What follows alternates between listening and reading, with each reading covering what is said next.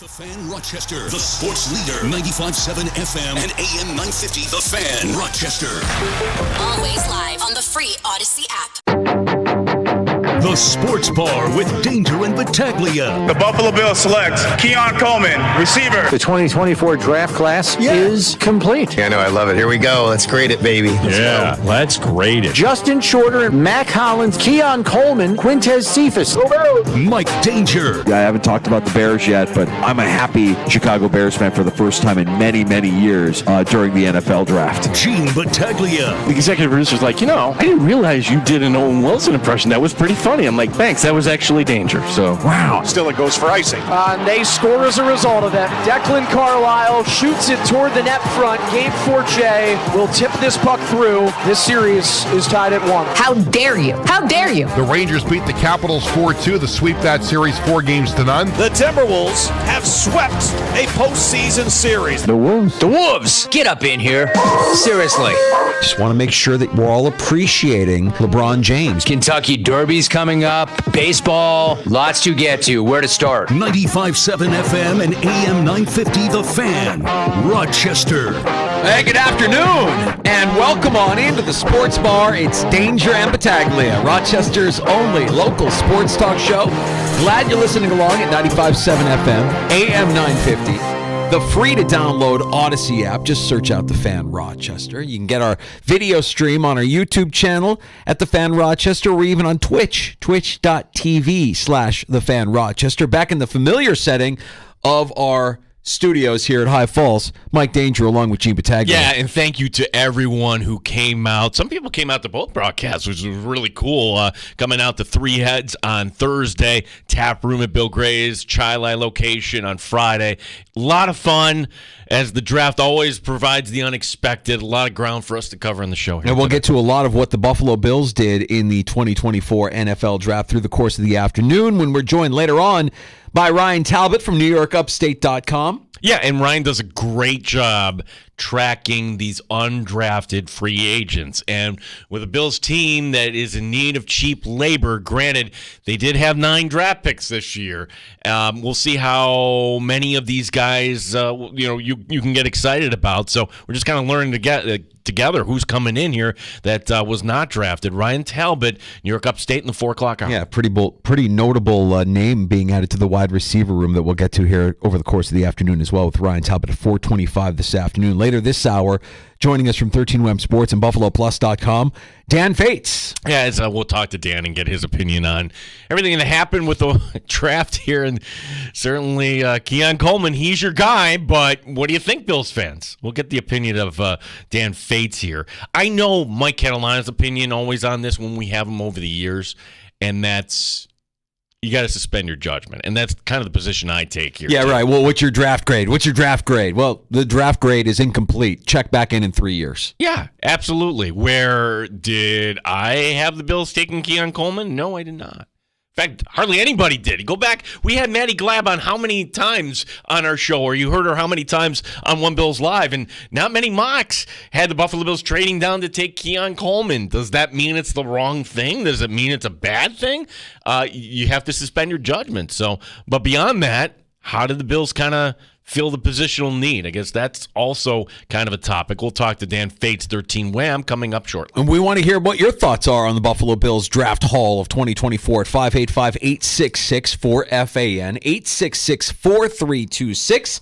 And we're also on X at The Fan Rochester. You can engage with us there. Gino, it was a good weekend, a productive weekend. Got to watch some of the draft on Saturday. I know you had Fisher Lacrosse and which we were breaking in, like, okay, the Bills select Ray Davis, and there's a goal, so it was a fun Saturday afternoon. But. Yeah, well, let's break it down a little bit here, because I don't know that anybody had on Friday night, you mentioned it, Keon Coleman, the guy that the Bills end up selecting with the first pick in the second round after trading out of the first round on Thursday. So you look at the guys that went in front of Coleman, and the Bills apparently didn't have first-round grades on some of those guys late in the first round, but they must have had a second-round grade on Keon Coleman, who they liked better than Ladd McConkey, who was still on the board when the Bills were selecting. Yeah, but moving down the one slot for a pick swap, essentially. to me, it's kind of ironic, coincidental. I'm not sure which is the proper phrase to use, but on the same day today where the Bills pick up the fifth-year option on Greg Rousseau, you're not going to be able to do that. That's not what second-rounders have. They do have a lower cap figure, I suppose, by just moving down the one slot. But say Coleman is the guy. Why would you give up a year of cost control on that? That's kind of an interesting thing, but I think Keon Coleman kind of winning brownie points over there, talking about cookies and Waffle House and everything on Saturday. Hey, likable personality. Here's Keon Coleman being introduced to Bills media on his style of play. I think I take a lot of bits and pieces from different players. I think the size and weight that I am, being able to move laterally and vertically the way I do, I don't think it's just one particular guy I can put myself to. So I'd like to take different pieces from everybody's game and implement it on what I already been gifted by God. So when the Bills made this pick, and I told you the guy that I didn't want them leaving the draft with was Ladd McConkey. Ladd McConkey ends up going to the Rams just a couple picks later. I wanted to learn more about Keon Coleman because I don't want to be blinded by the fact that he didn't run a 40 time the way a lot of people thought he would at the combine. He was slow at the combine, like a 4.6. And I don't want that to blind my perception of what he is. And so Reception Perception, Matt Harmon's website, is a great website for tracking wide receiver prospects through the draft process, the pre-draft process, and as they become pros. And the takeaway I got from kind of studying up on Keon Coleman is not a great separator and has a lot of the same skill sets as a handful of current wide receivers in the NFL, most notably Amon-Ra St. Brown, who had a very similar kind of like trait, similar qualities coming out of college into the pros. Now, the Lions use Amon-Ra St. Brown as kind of like this big slot, for lack of a better phrase. And Keon Coleman, Harmon's takeaway is that Keon Coleman would be best suited in the NFL playing that role. I don't think the Bills are going to use him in that role. I think the Bills have every intention of using Keon Coleman on the outside as their X, as the guy that can stretch the field. And I guess I'm kind of curious as to how that looks and what that looks like. I don't have any reason to believe that's the case here. Like, if you put Coleman in the slot, also, by the way, like if that ends up happening, like Amon-Ra St. Brown, holy cow. You'd be great. Wow, what a win. And by the way, he went in the fourth round. That's right. So you can find those sort of gems. Comps are comps. The one comp I read, and I felt like I didn't do enough homework with Keon Coleman. Like, oh my gosh, I didn't even think that the one comp I read, Cortland Sutton. Sure. Like, that's it. Also, Danger, how much different will this Bills offense be now that Joe Brady has a whole off season to kind of tinker and do whatever he wants? I think we kind of have in our mind, okay, we saw Diggs running down the seam. See the Miami touchdown from last year in week 4. Well, how many times did you see Diggs in the slot? Diggs in the slot was fantastic. So he could be a guy that you move all around. And what's interesting also is Brandon Beane kind of saying, yeah, he can be our number one. That was the takeaway that I pulled from Beane. But he didn't say right away. Correct. He said down the road he could be our number one. And I think like most of the guys that they bring in, there's a development that happens. It's not immediate. You don't get, Trey White was an immediate return, right? Like you got an immediate return on that investment, first round pick. He was out on the field and he was good right away. Dalton Kincaid, I would say you had maybe like half a season. And then after a certain point, it's like, okay, yeah, he's in, he's good. We don't have to worry about him anymore, right? You saw the Bills today extend the 5th-year option on Greg Rousseau's rookie deal. I think he's still in that development process. I still think Ed Oliver is kind of we shouldn't be talking about guys developing when they're in year 4, year 5. Like, you're in the league, pal. It's time to go. But I think with Coleman, it might be one of those things where we're looking at him maybe not as a rookie, putting up the kind of numbers that we want. So I'm still kind of left thinking that the Bills' wide receiving core is inferior right now to what it was last year at this time. Oh, how could it not be? And look, we don't even bring up Gabe Davis. Look, you say what you want about Gabe Davis, like he was. That's what every Bills fan is saying, is that this guy is nothing more than Gabe Davis 2.0. Suspend your judgment. I would say idea. immediately better hands than Gabe Davis. I mean, like Keon Coleman does have, from what we've seen, an ability to go up and get it. Good hands, really good hands. But we'll see. I mean, the idea that this guy's going to be matched up with Sauce Gardner twice a year, like who's winning that matchup? I want to believe it's going to be Keon Coleman, but I'm not sure. If he's a guy who can't separate, maybe his physicality plays a role in his ability to separate in the NFL. But we'll have to suspend our belief. What about his relationship with his new quarterback, with Josh Allen? Keon Coleman actually texting Josh Allen. Yeah, he texted me, the day of. Was like, you the guy I wanted. I watched a lot of receivers, and I won't play with you. And I'm like, I've been saying the same thing. I want to go play with the guy that went number 17, and he's a great quarterback. I think he's one of the best in the league right now, and I would love to be catching passes from him. I'm ready for that. Now, if that's true that Josh Allen was saying, you're the guy I wanted, if that was actually true and not just Josh Allen being polite, then you wonder, all right, well, Josh Allen is going to have no problem chucking it up there and letting Coleman go up and get it. I mean, he did that throughout Gabe Davis's time here. It felt like the biggest plays that Josh Allen and Gabe Davis occurred when he just threw it up there and Davis went up and got it, right? If Coleman can do that, then I think we're all going to be happy with the results. And then the other bit that is, speaking of wide receiver, that happened here over the course of the weekend is the signing of a player who was cut and suspended a year ago for violating the league's gambling policy, and that's wide receiver Quintez Cephas, who's coming into Buffalo from Detroit after being off for a year. And I think just given what we see here with this wide receiver, I think Cephas actually has a pretty good chance of making this team. I don't think he's just coming in as a camp body, even though he's brought in after the fact, and he's going to be a guy that won't count against compensatory draft pick formula. A little bit of depth there and somebody that can compete with the likes of Andy Isabella, as an example, right? Or Mac Hollins. Sure. There's guys that will be, and guess what we're going to be talking about when the Bills get to Fisher, the wide receiver battle. How does this all shake out? Because, for the first time since we've been doing this, I don't know the pecking order. KJ Hamler, another name that we forget about, right? Yeah, bringing in more competition. And look, he's not anybody I think you can bank on making the 53, but give him a shot. Oh, by the way, this may be his last shot, because if he doesn't show up with Josh Allen throwing the ball and he's got that big X on his resume and being suspended for a year, I don't know how many other teams would give him a shot. So good on the Bills that they brought in a guy that with, questionable character, I suppose, if you aren't that smart there to know, hey, you shouldn't be betting on the NFL. At minimum, he's a value, right? You don't have to worry about overpaying for Quintez Cephas. You're going to get him at a discount and hope that he provides you results like a premium.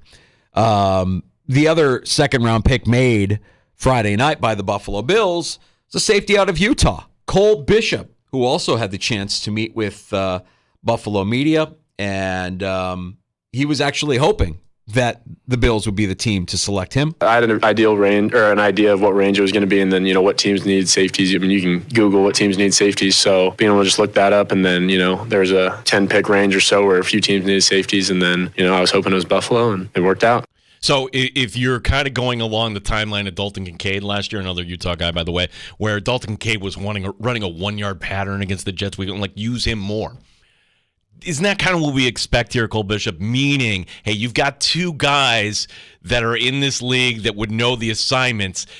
That's a tough position, and in Sean McDermott's defense particularly, that carries a lot of responsibility. I don't know if you're ready to throw a rookie in there right off the bat, but you kind of ease him in, and at least there isn't this dire need to get him in right away with Mike Edwards and Taylor Rapp. So I like the pick danger. I would have loved to have Cooper DeJean, and damn it, he went to Philadelphia. Just a few, yeah. I mean, the guys that we fell head over heels in over the course of the pre-draft process. Yeah, my guy ended up with the Rams. Chargers. I'm sorry, with the Chargers. Your guy ended up with the Eagles. And we'll see how they pan out here during the course of their time in the NFL. But yeah, DeJean is nice. I don't hate the pick. I like the idea that you've got a little bit of depth, at least his first year in Cole Bishop, and eventually maybe he is somebody that can supplant Taylor Rapp or Mike Edwards. Injuries happen. And I imagine that at some point Bishop gets on the field as a rookie. I don't see why you wouldn't put him on the field as a rookie. Second-round pick. get something out of him. He can't be a special teamer a special team player his entire career. I think you're going to want to see him at some point here early this season. Yeah, and I want to certainly key in on him during training camp too, and how far he comes. And could he actually beat out? I never thought you would have Osiris Torrance beating out Ryan Bates last year, but that happened, and it ended up being a good thing. Starting him all 17 games. Could that happen again? Sure, why not? Bring in more competition. You're really high on the center, by the way. I like the center. I like a 3-year starter out of Georgia. I like a guy that's won a lot of football and won titles. And Cedric Van Pran Granger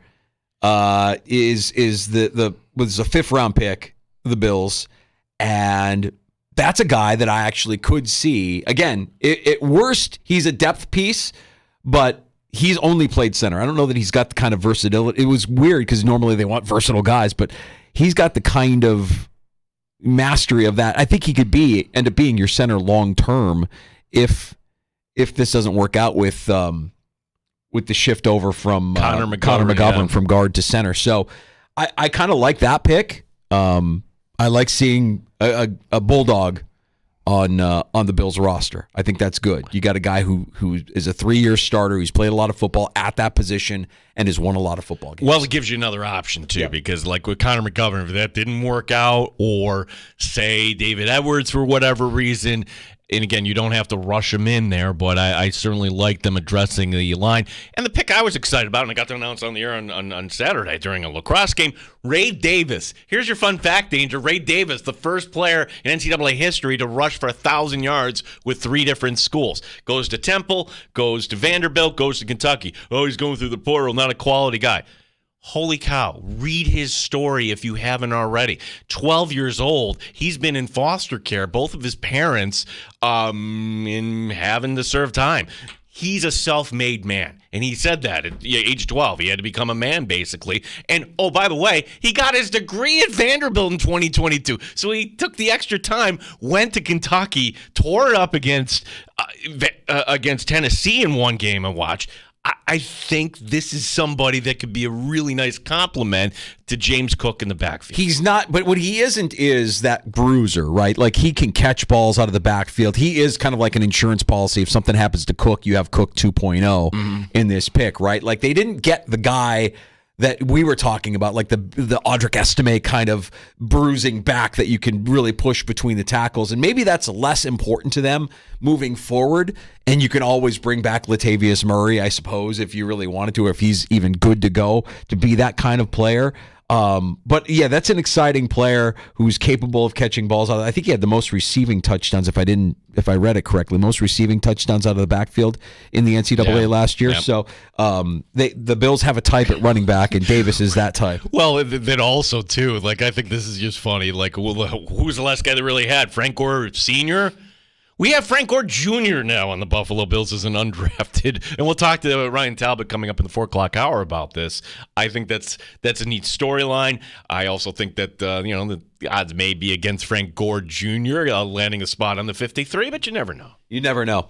And then I know the one that the pick that that has you up in arms, and I think we'll talk about this later on.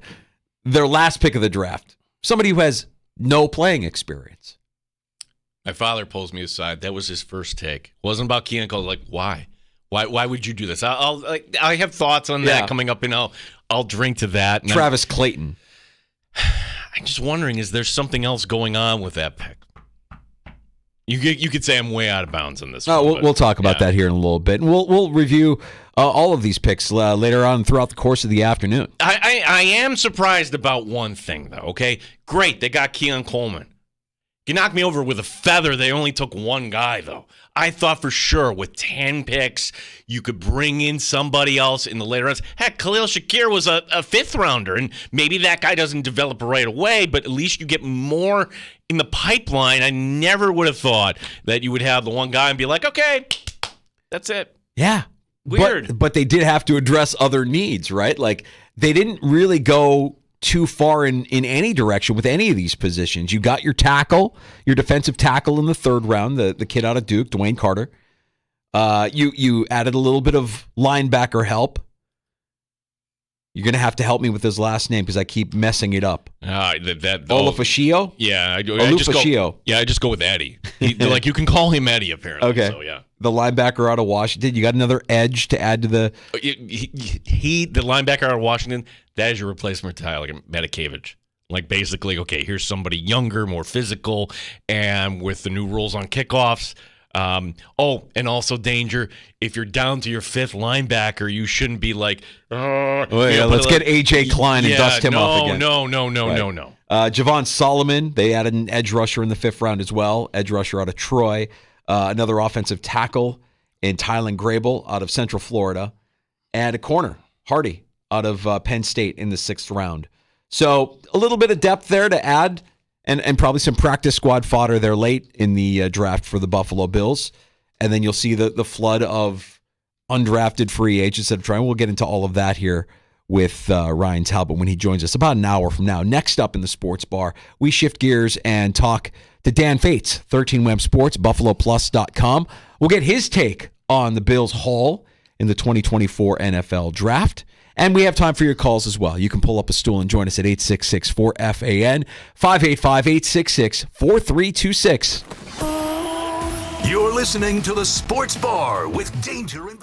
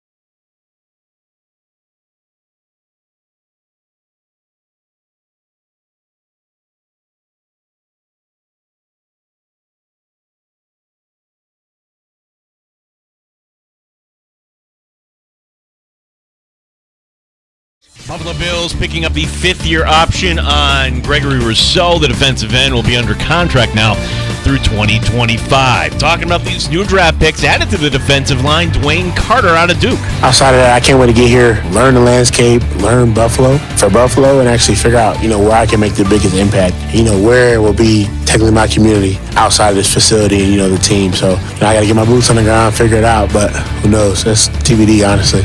So what about the Bills draft? We'll talk to Dan Fates, 13 Wham, and Buffalo Plus coming up next year in the Sports Bar. Rochester Americans playoff series evened up with Syracuse now, the best of 5 at 1 game each. The pivotal Game 3 coming up Thursday night in Syracuse. The Red Wings also taking on Syracuse. That series begins tomorrow night.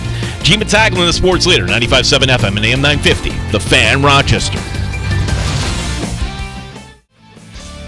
They've raised the bar on Rochester Sports Talk. You're in the Sports Bar with Danger and Battaglia on the Sports Leader, 95.7 FM and AM 950 The Fan, Rochester.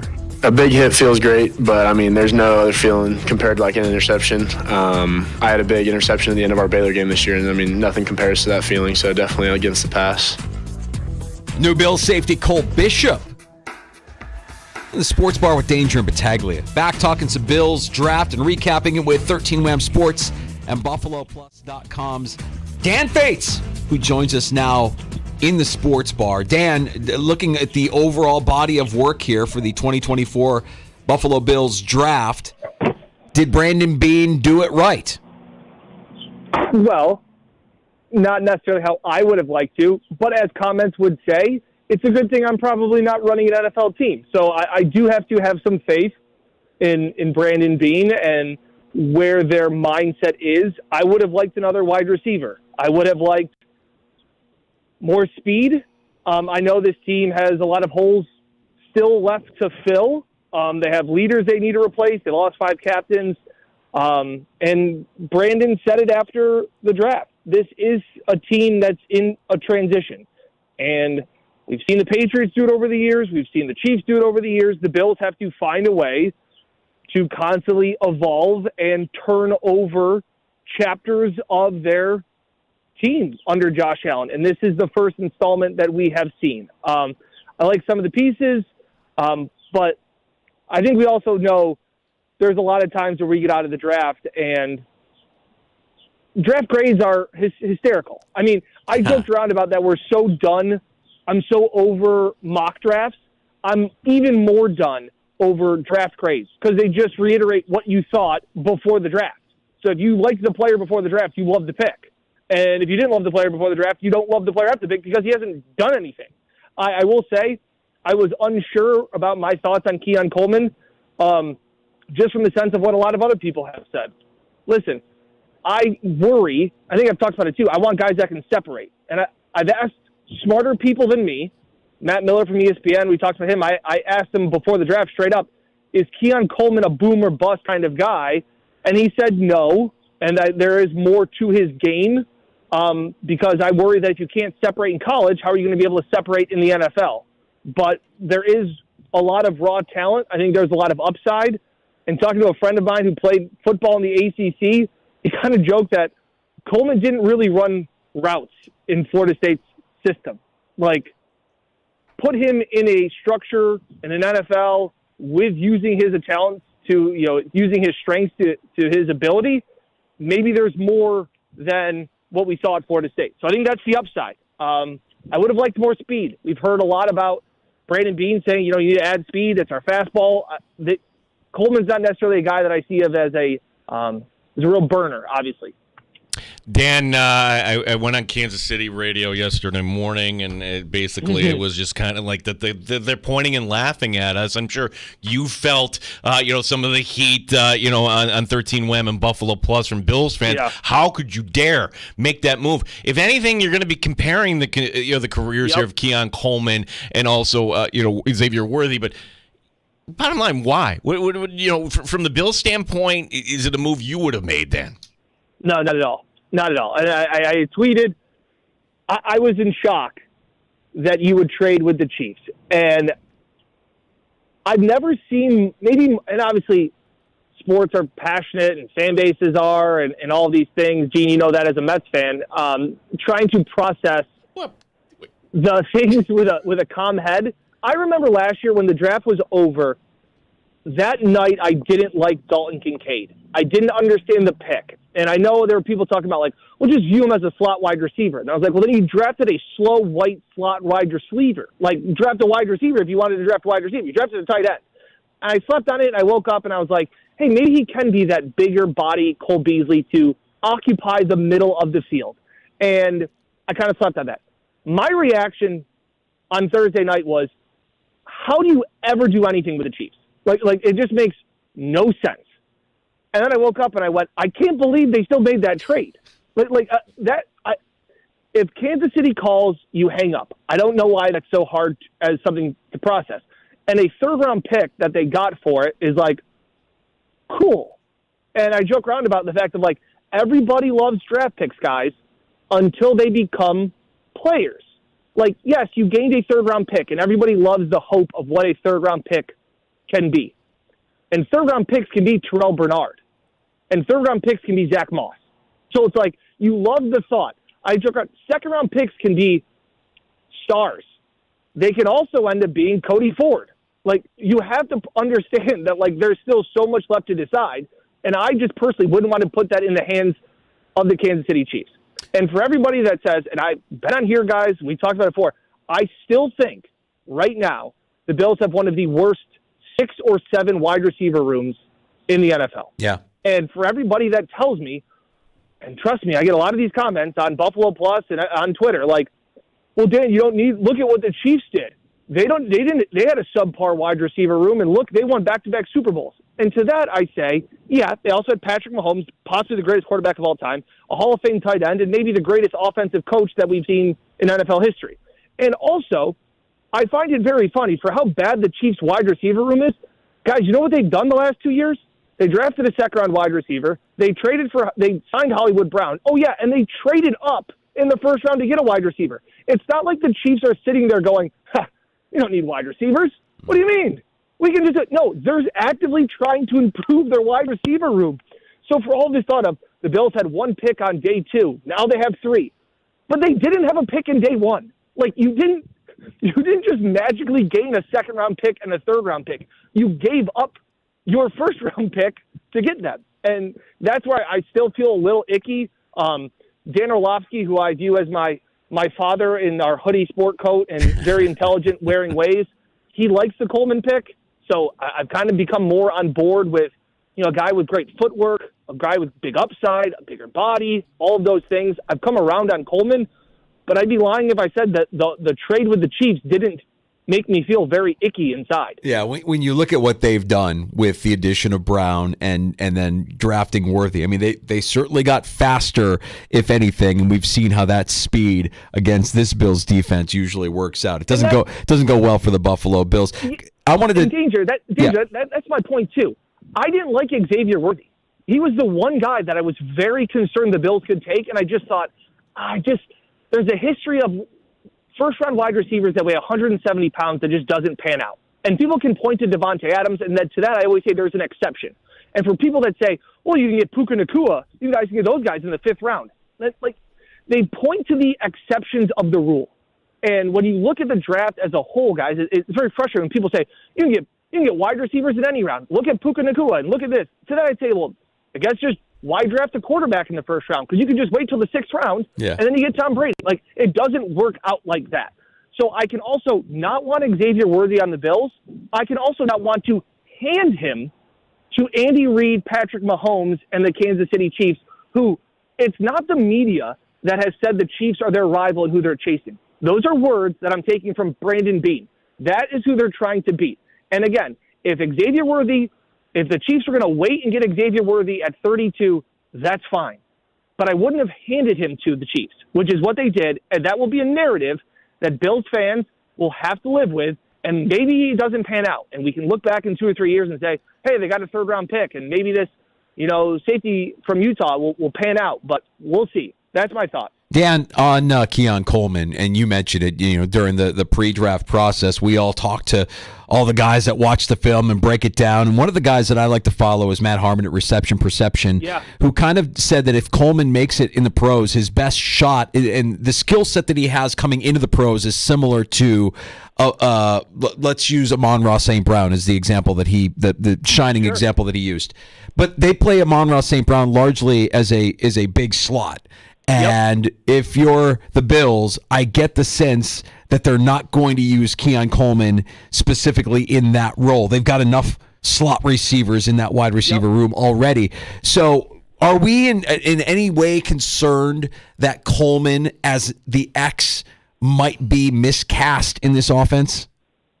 I guess we're going to find out, because that's my fear too. And that's a great other one. It's like DK in the third round, Amon-Ra in the fourth round, and people think that it's about fit.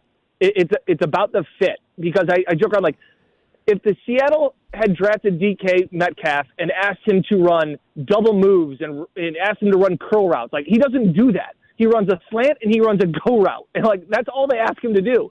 But he's elite at it. So you have to find out what Keon does really well, and you have to ask him to do that.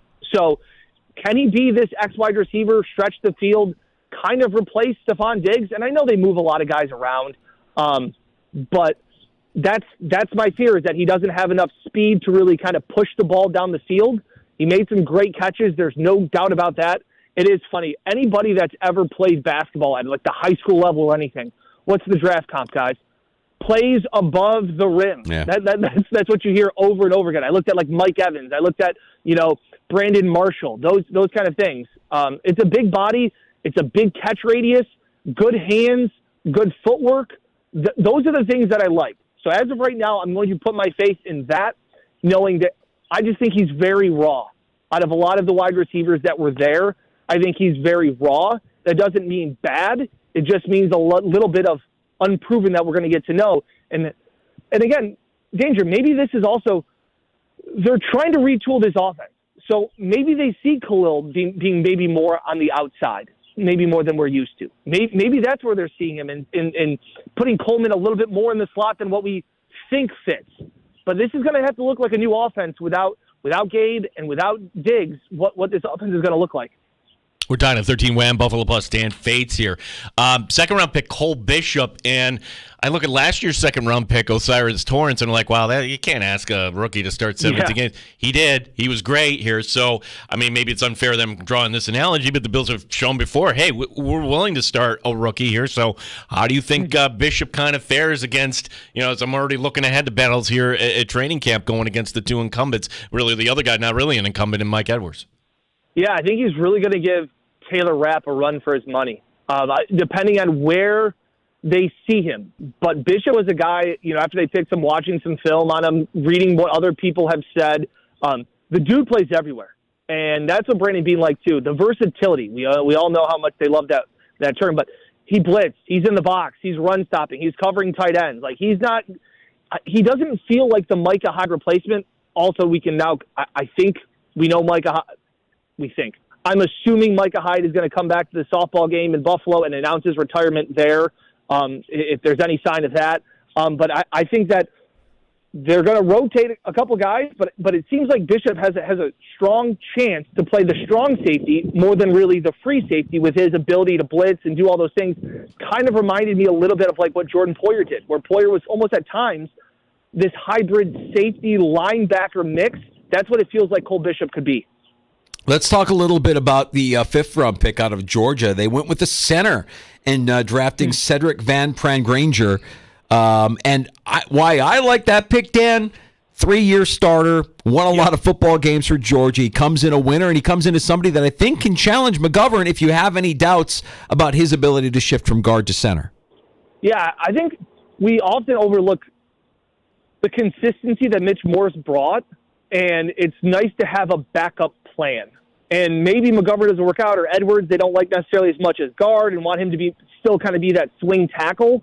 It does provide a lot of pieces that they can kind of interchange, because I think you're looking at those three guys fighting for the two spots. And if we saw last year, like, you like Edwards, but you didn't ask Edwards to do more than what he was really kind of the extra tight end, the extra lineman on a lot of running plays. So I'm with you. Winner, big program, SEC football. He knows how to mature, all of those things. I like that.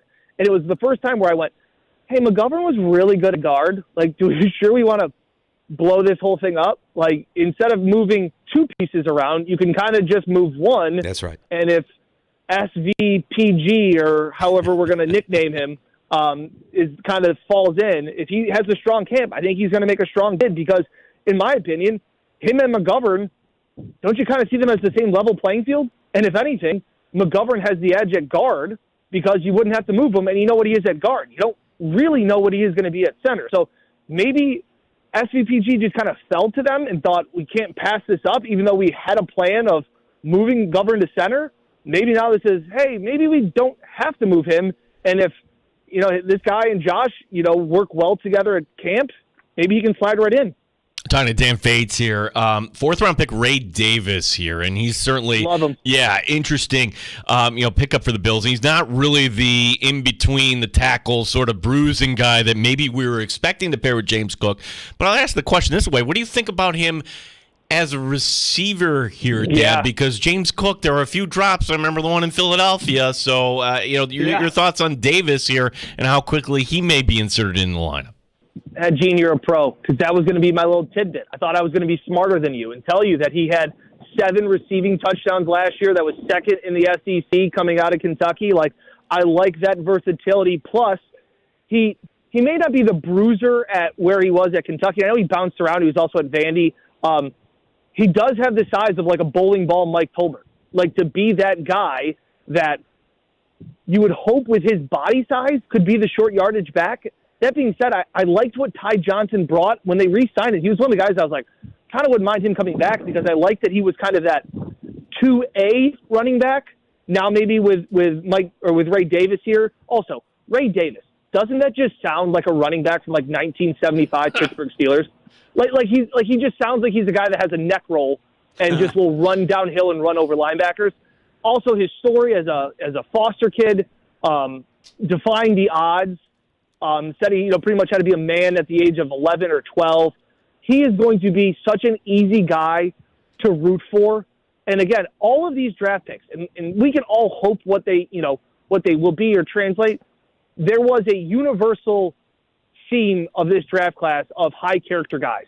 And I think that's also a testament to this organization going back to what got them back on track in 2017, 2018, 2019, they went with culture over talent.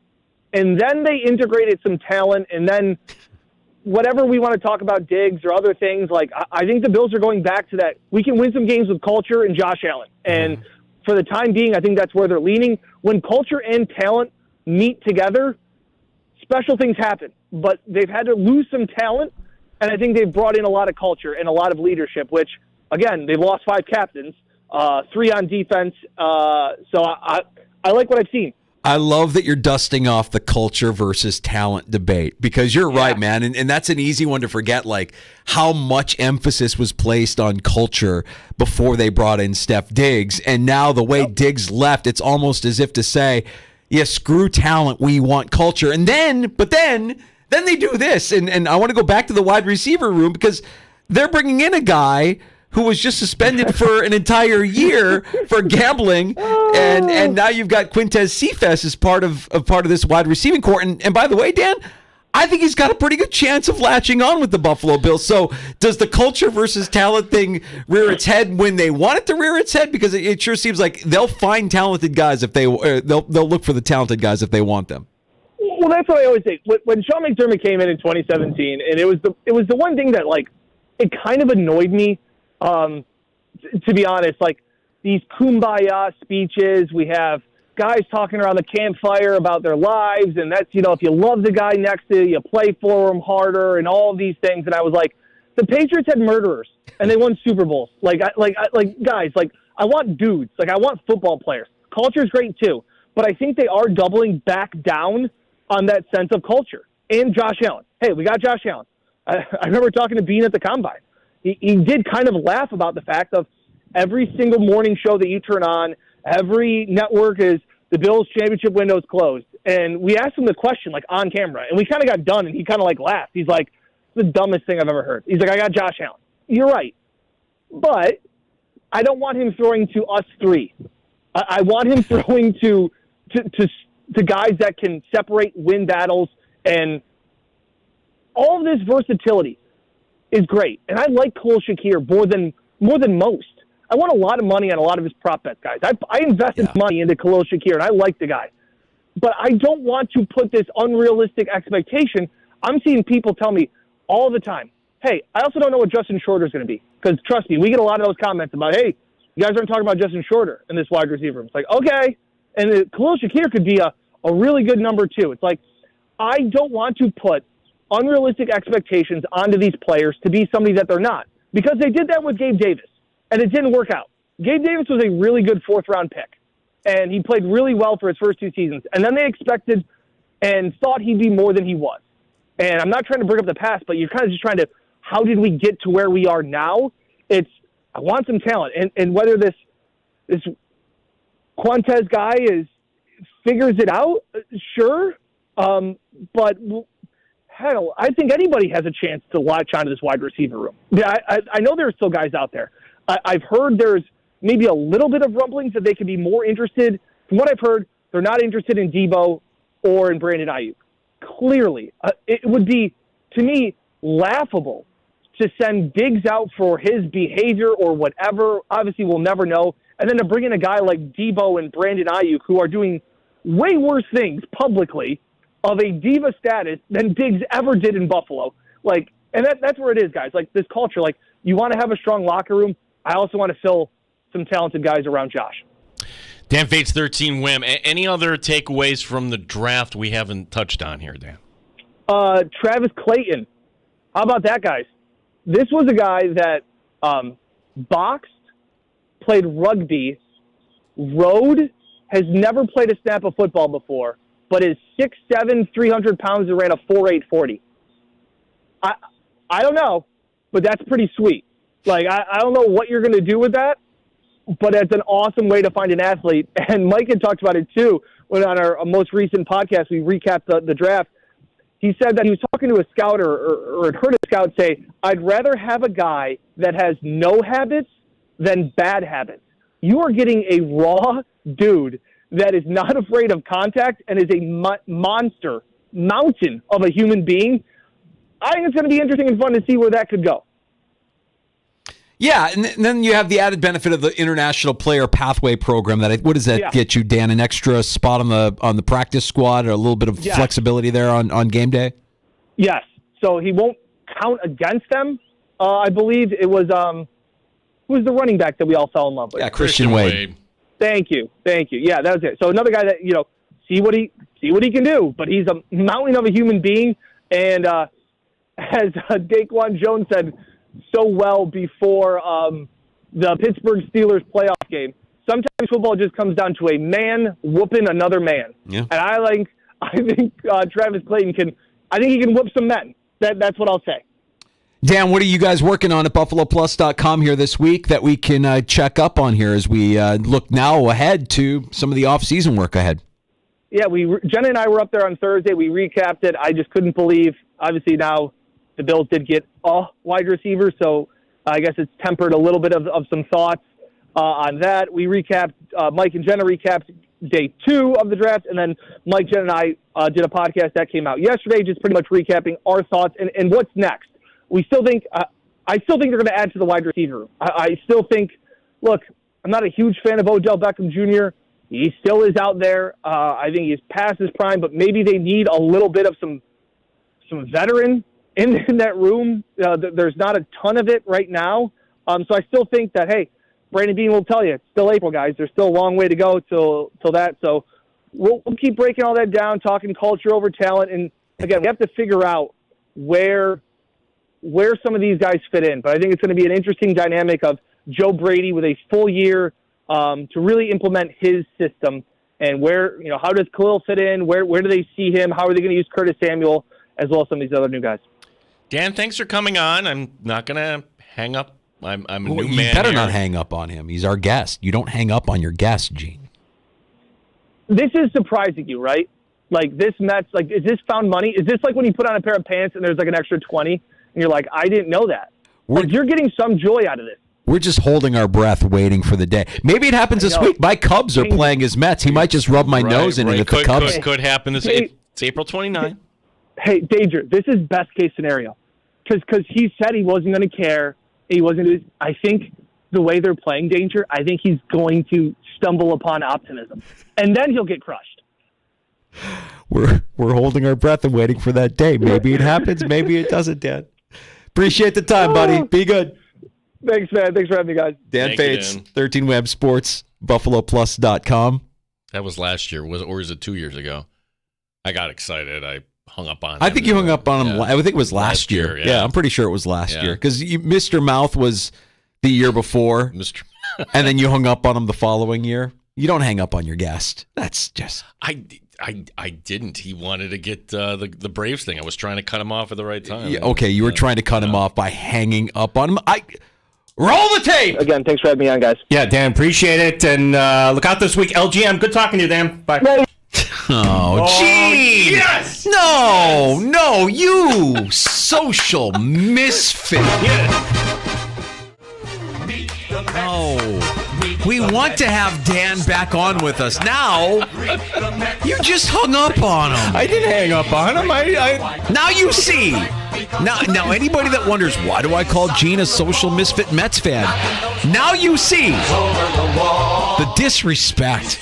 He was going to get his Braves propaganda out over the air. I will text him. I will apologize. You had to apologize and alter your character. You realize that you had a problem. I did. Now you're just taking deep breaths. You're holding it in. At some point, it might come out. Maybe it overflows this week. We'll see what happens with the Cubs series. Danger Plus says, it's bad for the show. You're acting. It's bad for the show. No, it's dude. It's better for me as a fan. Well, that's what's most important. We need you to be in tip top. We don't need you getting all wound up, Gino, and hanging up on our guests over a silly baseball game. What are we doing here? I'll drink to that is next in the sports bar. We've got some takes on tap. Oh yeah, we've got some takes here. As Travis Clayton. I've got some thoughts on this here, like for the Bills here. I'm like, what is this really about? Maybe I'm out there, but I'm going to present to you a theory here. Okay. Also, the Spencer Rattler story. Oh, like how he fell here. It's crazy, right? When he was at Oklahoma, I think everybody assumed that guy was going to be the number one overall pick. That's right. And what happened along the way here? Is it a cautionary tale, or are we just kind of overlooking things? I'm going to be interested, so let's talk about Spencer Rattler. We'll talk some undrafted free agents next hour as well, as the Bills have signed several. Ryan Talbot will join us at 4:25 from NewYorkUpstate.com, and you can pull up a stool and join us as well. Our phone number is 585-866-4FAN, 866-4326. You're listening to the Sports Bar.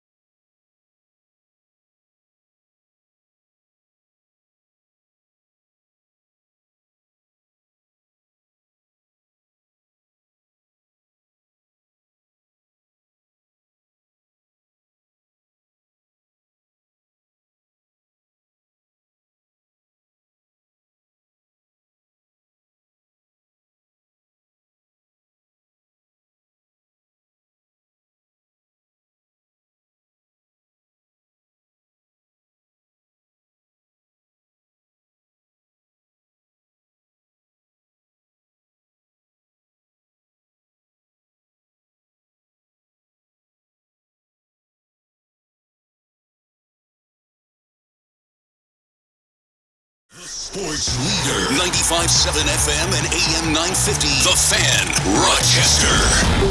Always live on the free Odyssey app. The Fan, Rochester. Sports update. Bills today picking up the fifth-year option on Gregory Rousseau. The defensive end will be under contract now through 2025. The team also signing wide receiver Quintez Cephas. Cephas suspended by the league last year when playing with the Lions. This for violating the gambling policy. Bills' top pick, wide receiver Keon Coleman, just going to be himself. I mean, I don't think it's anything to just feel. I'm coming here to be myself, work for everything that I'm going to get, and, hopefully we're going to win some games. That's all I have to say about that. We will talk to Ryan Talbot, NewYorkUpstate.com, coming up later this hour, some Buffalo Bills football. The Amherst and Syracuse now tied at 1 game each. Game 3 Thursday night in Syracuse we'll have for you here on The Fan, Rochester. Rochester Red Wings, they get rained out yesterday, off tonight. They're home against Syracuse tomorrow. Gene Battaglia, the sports leader, 95.7 FM and AM 950, The Fan, Rochester.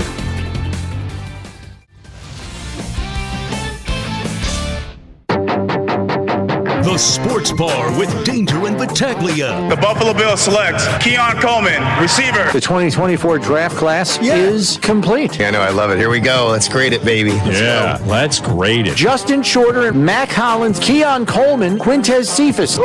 Mike Danger. I haven't talked about the Bears yet, but I'm a happy Chicago Bears fan for the first time in many, many years during the NFL draft. Gene Battaglia. The executive producer's like, I didn't realize you did an Owen Wilson impression. That was pretty funny. I'm like, thanks. That was actually Danger. So, wow. Still it goes for icing. And they score as a result of that. Declan Carlisle shoots it toward the net front. Game 4J will tip this puck through. This series is tied at 1. How dare you? How dare you? The Rangers beat the Capitals 4-2 to sweep that series 4-0.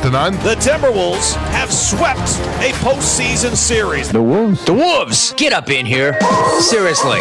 Just want to make sure that we're all appreciating LeBron James. Kentucky Derby's coming up. Baseball. Lots to get to. Where to start? 95.7 FM and AM 950, The Fan, Rochester. We welcome you back into the Sports Bar. It's Danger and Battaglia. Glad you're with us and listening along at 95.7 FM, AM 950, the free to download Odyssey app for your smart device when you ask it to play 95.7 The Fan. We've even got our YouTube channel up with the stream on our YouTube channel at The Fan Rochester and twitch.tv/The Fan Rochester as well. We'll be joined later this hour by NewYorkUpstate.com's Ryan Talbot, who's tracking undrafted free agents, and we'll also get his take on the Bills' 2024 draft haul coming up here in about 20 minutes. Yeah, Ryan, right on top of stuff. We have time for your calls this segment. If you like, 866-4FAN, 866-4326. You can also write to us on X, our handle, The Fan Rochester. I have a Take of the Year nominee, and it comes from, in my opinion, the best television show going right now. Television show in sports or television show period? Television show period. Okay. The best thing going. Okay. We'll get into it. Danger, anybody remember Michael Sam? He was the pass rusher out of Missouri entering the NFL draft, and he was also the first openly gay player to enter the draft. And the story went like this. We get to day 3. It's Saturday. It's the 7th round, and Sam is still available. And the reason he's not being selected, actually, it's just not a good NFL prospect. He's a tweener, and actually that would prove to be true. He'd wash out a couple years later. But the NFL realizes in the 7th round, geez, if he goes undrafted, we have a PR problem. And as the story goes, it's the St. Louis Rams owner, Stan Kroenke, getting the directive from the NFL, hey, you want to move to L.A.? Well, then help us out here. And the Rams select Sam. Why am I bringing this story up today? Why would the Buffalo Bills waste a draft pick on a guy who has never played a down of football in his life? Yes, Travis Clayton, 6'7". He's strong. He's a rugby player. You know he boxed? Look, if you really liked him, then an undrafted free agent, that would have been the way to go. But now the NFL International Pathway Project says, see, look, we had a guy get drafted. We know why Stan Kroenke got strong-armed by Goodell in 2014. Am I allowed to draw the analogy here? And if so, then why was Pagula tapped on the shoulder to do this? Honestly, I think it's a wasted pick by Brandon Beane. If you're going to spend a draft pick, the guy has to make the roster. 7th rounder, though, Gene. I mean, 7th rounder gets plucked by other teams if you leave him on the practice squad and he's worth his weight, right? We've seen this happen time and time again. So at minimum here, if you go with that assumption that, it's a 7th rounder, and if we were to draft a guy who, I don't know, might actually have some experience, chances are he doesn't make the team. He gets picked up off of a practice squad.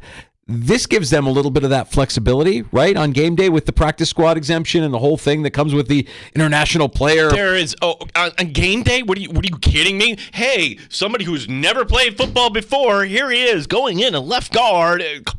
Danger, like it's going to be weird. Like Christian Wade, hey, that was a lot of fun.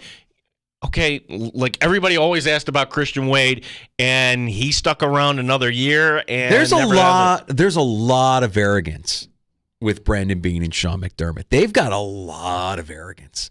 Like it's really, really becoming evident with the moves that they make and that they have made, especially here over the course of the last month. You trade away arguably your best player on offense. I know a lot of people would say it's Josh Allen. I'm saying Josh Allen isn't Josh Allen without Steph Diggs first. He's gone. You trade out of the first round partially by giving Kansas City the fastest player in the draft. That's arrogant. And now you say, you know what? A guy who has no football experience, we're going to draft him. Because why? Well, we believe that Aaron Cromer and anybody that works with offensive line, we can make something of this guy. Okay. Sure, that may be true. Will you entertain my tinfoil hat theory here? Because, like, if you're going with the Kroenke theory, like, hey, that's I'm not telling you. You can go read about it. Like this for that? Yeah. Like, okay, it's the owners' meetings that were back in March. Terry Pagula gets up. Hey, how are PSLs going? Not so great. Not so great. Or Terry Pagula, hey, I've got to sell 25%. Why would you sell 25% ballpark of your franchise? What is really going on there? In the NFL, you think by doing this, the NFL will... I don't know. Like, if the NFL really wanted one of their guys to get drafted, would you think you would have, like, a guy that would actually have, I don't know, played a down football in their life? Yeah. Well, it'll be a fun camp story, won't it? The story of Travis Clayton and whether or not he even sees the field. But, you know, the preseason, meaningless games, we'll see some Travis Clayton. We'll get to, hear the story of how he doesn't have any. This is his first pro football experience. You know what? I'll make a prediction. Travis Clayton will be on set with us at the sports bar at some point during training camp. I guarantee you he'll eat up a slot that maybe was occupied by Josh Allen last summer. Oh, are you kidding me? Because he'll have that accent and he'll be, absolutely. Yeah, we'll fall head over heels. Yeah. Hey, can I share a quick take on the Knicks-Sixers series? We haven't talked any NBA yet this afternoon. Philly was a team that I expected more out of, to be honest. I said it before the postseason started that I could see the Sixers with Embiid making a run because when he's on the court, they typically don't lose, and he usually looks like an MVP when he's on the court. This series could be over in 5, and the Sixers have done nothing but complain about officiating, a lack of home court advantage, their coach. I know he's not 100%, but the reason why the Sixers are about to be eliminated, it's their star. It's Embiid. In the biggest moments, Joel Embiid has absolutely wilted. He's shooting 3 of 18 and has 2 total rebounds in 4 fourth quarters this series against the Knicks. So I'm asking, is he out of shape? Because for as good as he can look, when his team has needed him the most, he has been invisible. Well, he's got Bell's palsy, so there's that. But I know he's not 100%. That's one of those things like, okay, blurred vision, but to what degree is that blurred vision? You know he's not 100%. It's kind of funny here as a New York fan, just to kind of see Philly fan kind of dumping their tickets to Nick fan, and Nick fan kind of taking over the arena yesterday. That was a takeover, right? Yeah, that was Knicks a takeover. Travel well. Yeah. The Knicks do travel well. And look, they're a lot of fun. Like, we've liked the Knicks for a good part of this season. We've been talking about how they look fun. They're a fun team. And Brunson, my God. I mean, even when a guy like Hart completely is completely invisible like he was yesterday. Doesn't really offer anything in terms of offensive production. Brunson just stepping it up. Big game for the Knicks, and they are on the brink of eliminating the Sixers. Yeah, which you are standing by Indiana will get this done over Milwaukee. Yeah, Indiana's going to get by Milwaukee. Yeah, so you would have Indiana-Boston. I'm assuming Boston doesn't collapse here. They'll end up winning that series against Miami. So good pathway for the Knicks. Cleveland, New York is going to be fun, though. Because or Orlando. I mean, that's the series that nobody cares about might be the one that actually goes 7 games. That Cleveland-Orlando series are just beating each other up.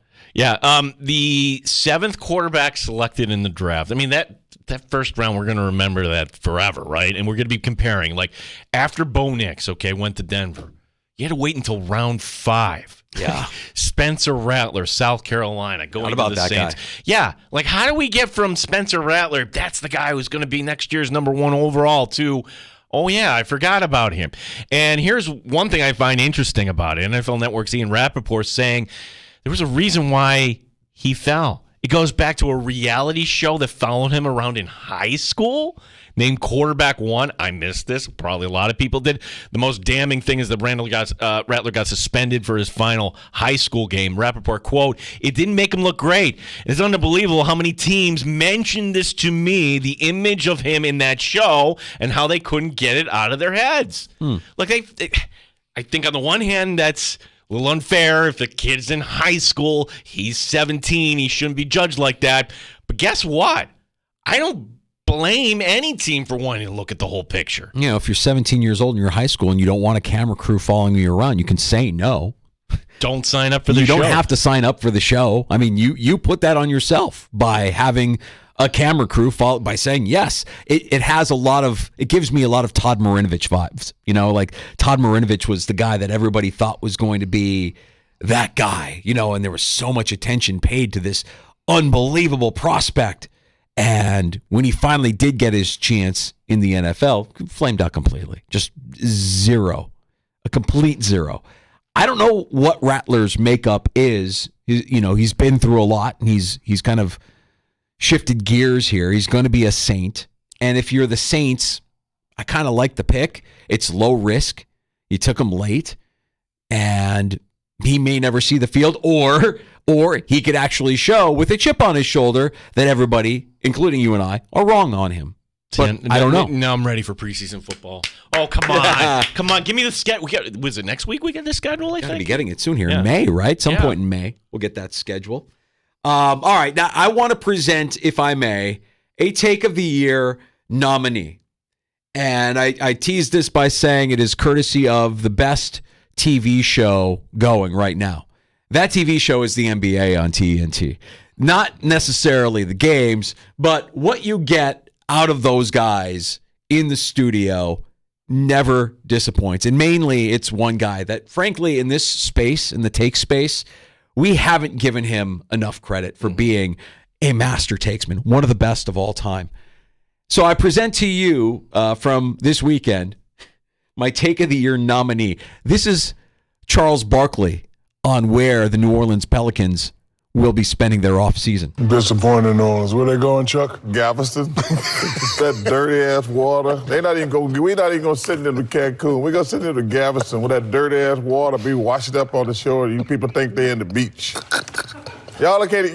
We gonna send y'all to Cancun. Y'all drive y'all quit. Drive your ass down to Galveston.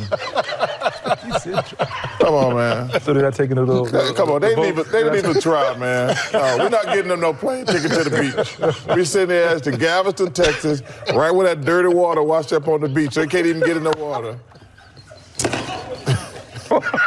Come on, man.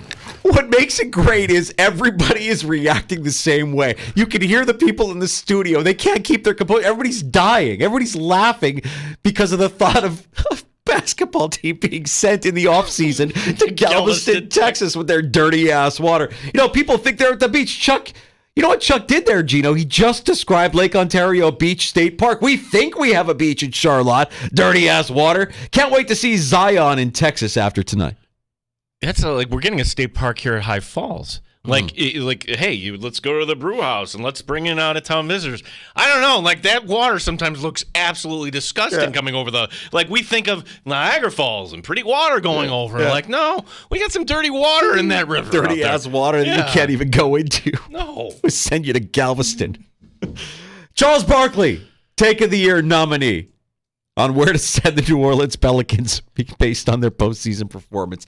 They have looked flat, man. I like the Thunder to close that series out tonight. You know, Zion needs to be Zion. And by the way, that series on NBA TV tonight, that's like, no, we don't want, the NBA doesn't want to show you the New Orleans Pelicans. Yeah. Like, you can go find it if you want. Nothing there to see. Physically, I'm fine. Now it's just a matter of when I feel like Zion. I know the atmosphere I'd be in based off like the playoff experience. So now it's just a matter of when I feel like Zion. I don't know how else to say it. It just sucks. How about not using the third person? Yeah. That's how else you say it. That's how else you say it, Zion. You don't refer to yourself in the third person. Make everybody hate you. I can't get down with that team. I can't get down with that guy. I can't get down with Giannis. I can get down with Charles Barkley, though. You're absolutely right about that being the best sports show. Like, wouldn't you want Charles to be on a bigger platform, though? I mean, NBA fans are like, no, but I always thought he would he'd be your kind of Fox News, CNN host, whatever. Like, let him talk about the world. Whenever he shows up on hockey every now and then, and every time he does, I'm like, the guy. There's nothing this guy can't talk about. He's got a take for everything. He's got opinions on everything. You might not like every one of his opinions, but they make you think. I was having a discussion after our Thursday show from Three Heads, and you have to forgive me. I forget who I was talking to, but we were talking about Stephen A. came up, and I had to remind the person I was talking to that, look, takes are currency. Stephen A. is the highest paid employee at ESPN, and it's simply because he has opinions. But you can hate Stephen A. I hate Stephen A. And a lot of you do hate Stephen A. I get that. The analogy I used is, think back to when Howard Stern was still on terrestrial radio. Everybody had an opinion on Howard Stern. You either loved him or you hated him, but he did things that split the audience. And people would listen to him even if they hated him. In fact, they would listen to him more if they hated him, right? And that's what I like. Howard Stern, Stephen A. feels like what Howard Stern was at that time. That's kind of where he is now. Like, a lot of people can't stand Stephen A. I get it. I see what he's doing. Yeah, but it's the style, the delivery, perhaps. I think Charles does it in a different way. Charles is great. Charles, he's just it's a little more low-key, less in your face than Stephen A. What Stephen A. needs to do is master self-deprecation. What made a lot of people turn on Howard Stern and actually like Howard Stern was when he started getting vulnerable and real about his shortcomings, and it made him human. Well, he goes through a divorce. I mean, that'll happen. Yeah. And Stephen A. doesn't really let us, at least on the main platform that he's on ESPN, we don't really get the chance for that to happen. And Charles is self-deprecating because he's Charles. You look at him, he's the round mound of rebound. Watch his golf swing. How can he not be right? So he's already got that built in. As soon as he opens his mouth, he's not taking any of this too seriously. And that's why we love him. We said there as the Galveston with the dirty-ass water. They think it's a beach. Ryan Talbot from NewYorkUpstate.com stops by the sports bar next, not to just talk Bills draft, but also undrafted free agents signed by the Buffalo Bills and who we'll be seeing later this summer at St. John Fisher University. So we look forward to our conversation next with Ryan Talbot here on The Fan. You can join us at 866-4FAN, 585-866-4326. You're listening to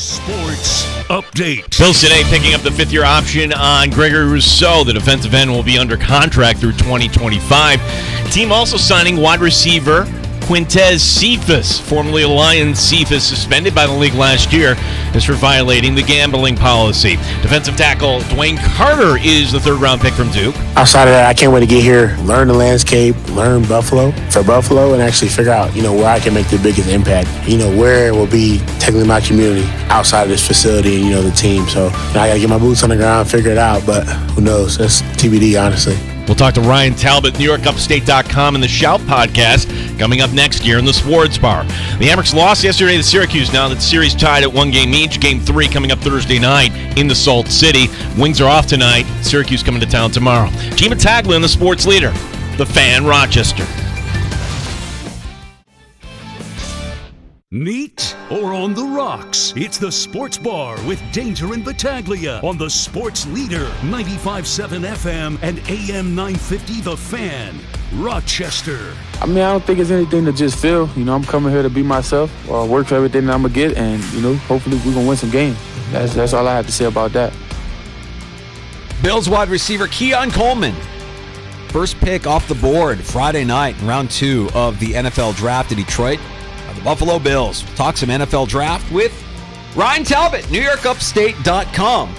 Ryan, we've had some time to kind of live with the idea that Brandon Beane thought it'd be a good idea to trade out of the first round, give up his pick to Kansas City, and then take Keon Coleman with the first pick on Friday night. How are we sitting with everything all these hours later? Yeah, I'm sitting pretty well with it. I know that Brandon Beane went into last season thinking he was going to get a third-round pick.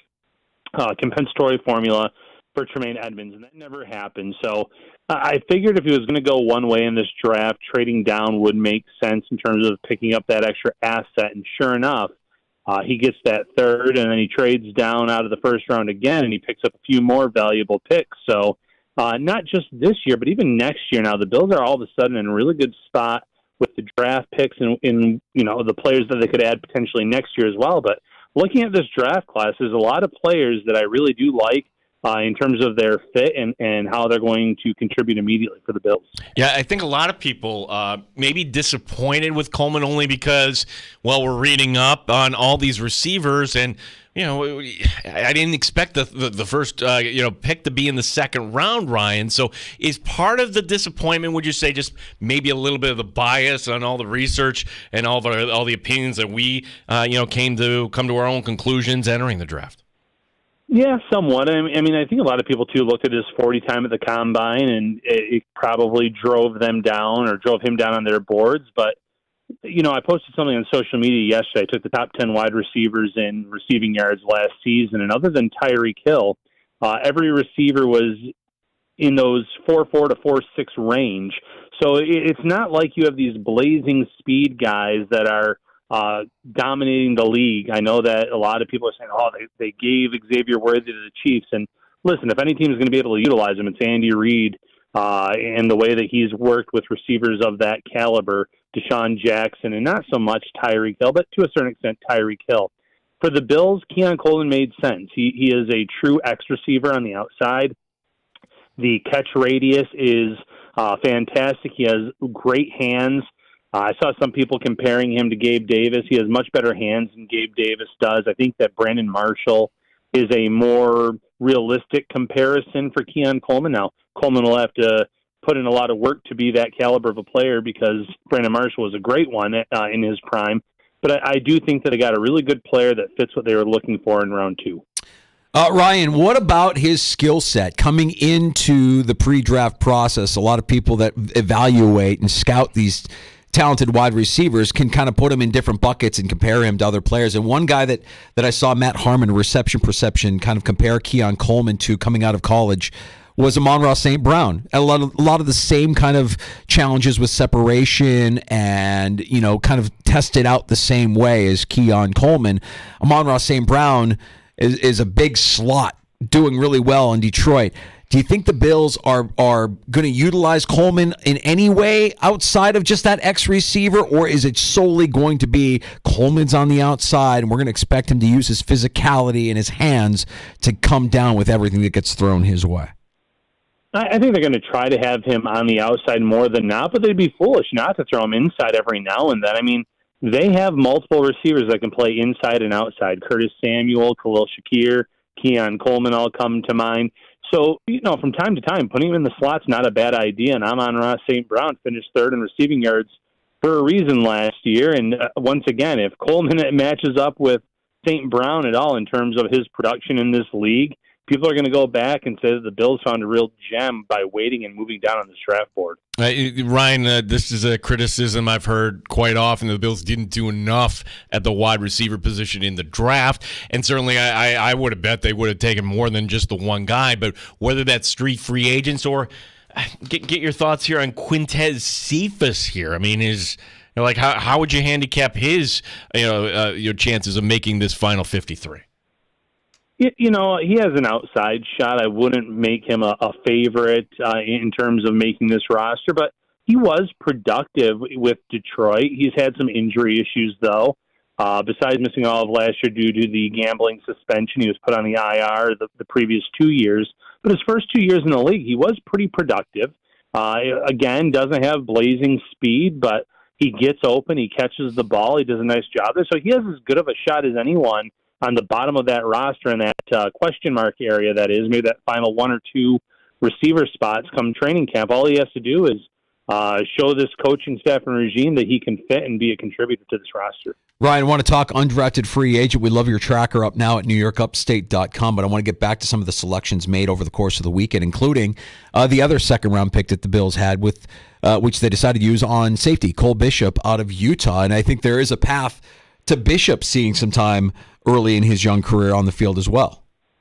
Yeah, Bishop was one of my favorite prospects in the safety position in this draft class, and he can play both spots. You can interchange him. You can use him as a third safety if you don't want to get him on the field immediately as a rookie. If you're comfortable with Mike Edwards and Taylor Rapp as your starting combination, that's fine. But Bishop is also a tremendous pass rusher. He's great at blitzing, getting after the quarterback. I really think that in this system, the way that Sean McDermott and company have really coached up these members of the secondary cornerbacks and safeties, that Bishop has a chance to be a really good player sooner rather than later. Ray Davis going in the fourth round. I mean, you read his story, Ryan, just very inspiring how literally he is a self-made man after the adversities he kind of faced going through foster care. As far as how he fits in this Bills offense here, I mean, is he kind of becoming your pass-catching running back? How do you see the Bills utilizing Ray Davis? Davis did get better as a pass catcher last year. He showed that he has some talent there, but he's going to be that short yardage back, in my opinion. He's going to be that running back that you can have in the backfield on obvious passing downs. He's good at picking up blitzes. He's a solid blocker already. The only knock against him is probably his age. He's 23 years old already, but I don't anticipate, and I'm not a big fan of giving running backs a second contract unless you have someone that's really special. So by the time his first contract runs out, one, he's still young enough that you could re-sign him if need be. But age was the only knock against him, and that's not a huge thing at the end of the day. I like the fit. It's exactly what the Bills needed because, Ty Johnson, I thought, did a really nice job when called upon to block, but I thought he had a little bit more juice in the running game. Carter is going to be really good in terms of that pure blocker, short yardage between the tackles, take some of that punishment off of Josh Allen in short yardage situations. I know you can always go to Allen on those 3rd and inches, 4th and inches QB sneak, but you can also give Ray Davis those opportunities in 2nd and short, the 3rd and short, maybe before the 4th and inches, and I think he can move the chains more times than not. I kind of like the Bills' pick in the 5th round, the first pick in the 5th round.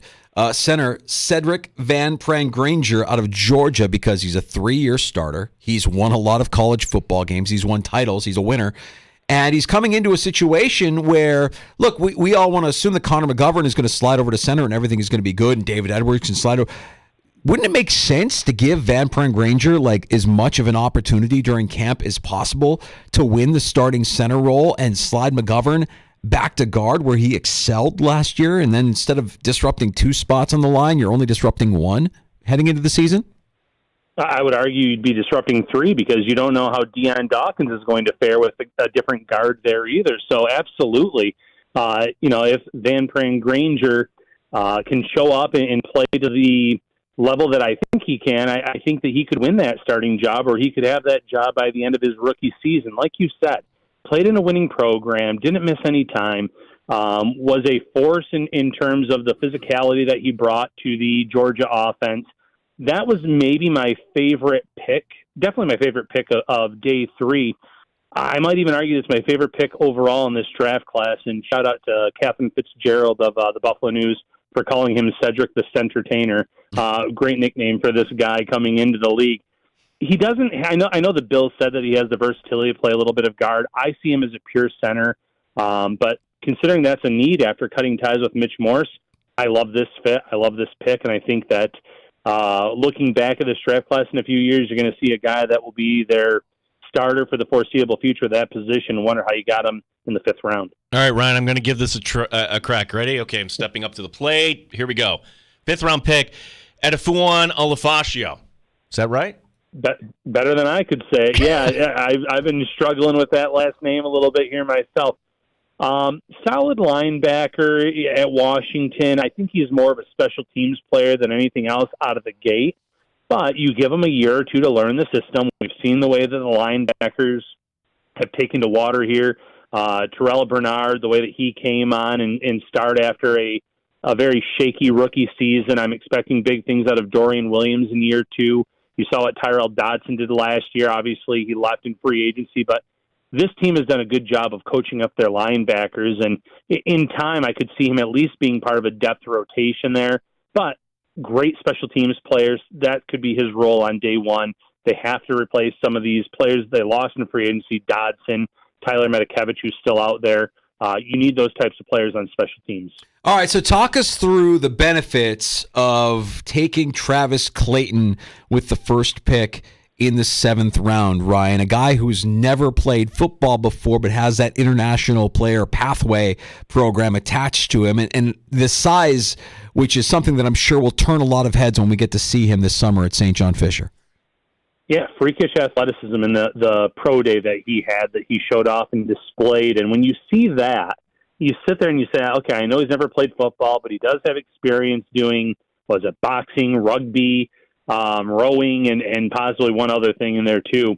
The athleticism is there. Now it's about coaching him up. And listen, if I had to pick a positional coach on this team that has coached up players better than anyone else, I could make the argument for Aaron Cromer. Just his entire body of work in his career, what we've seen from him in Buffalo, though, too, what he did with Osiris Torrance as a rookie, getting him out there as a starter on day 1, what he's done with Ryan Vandemark, what he's done with Alec Anderson, getting them both on the 53. Clayton is going to be someone that is going to have that extra practice squad spot on the Bills roster.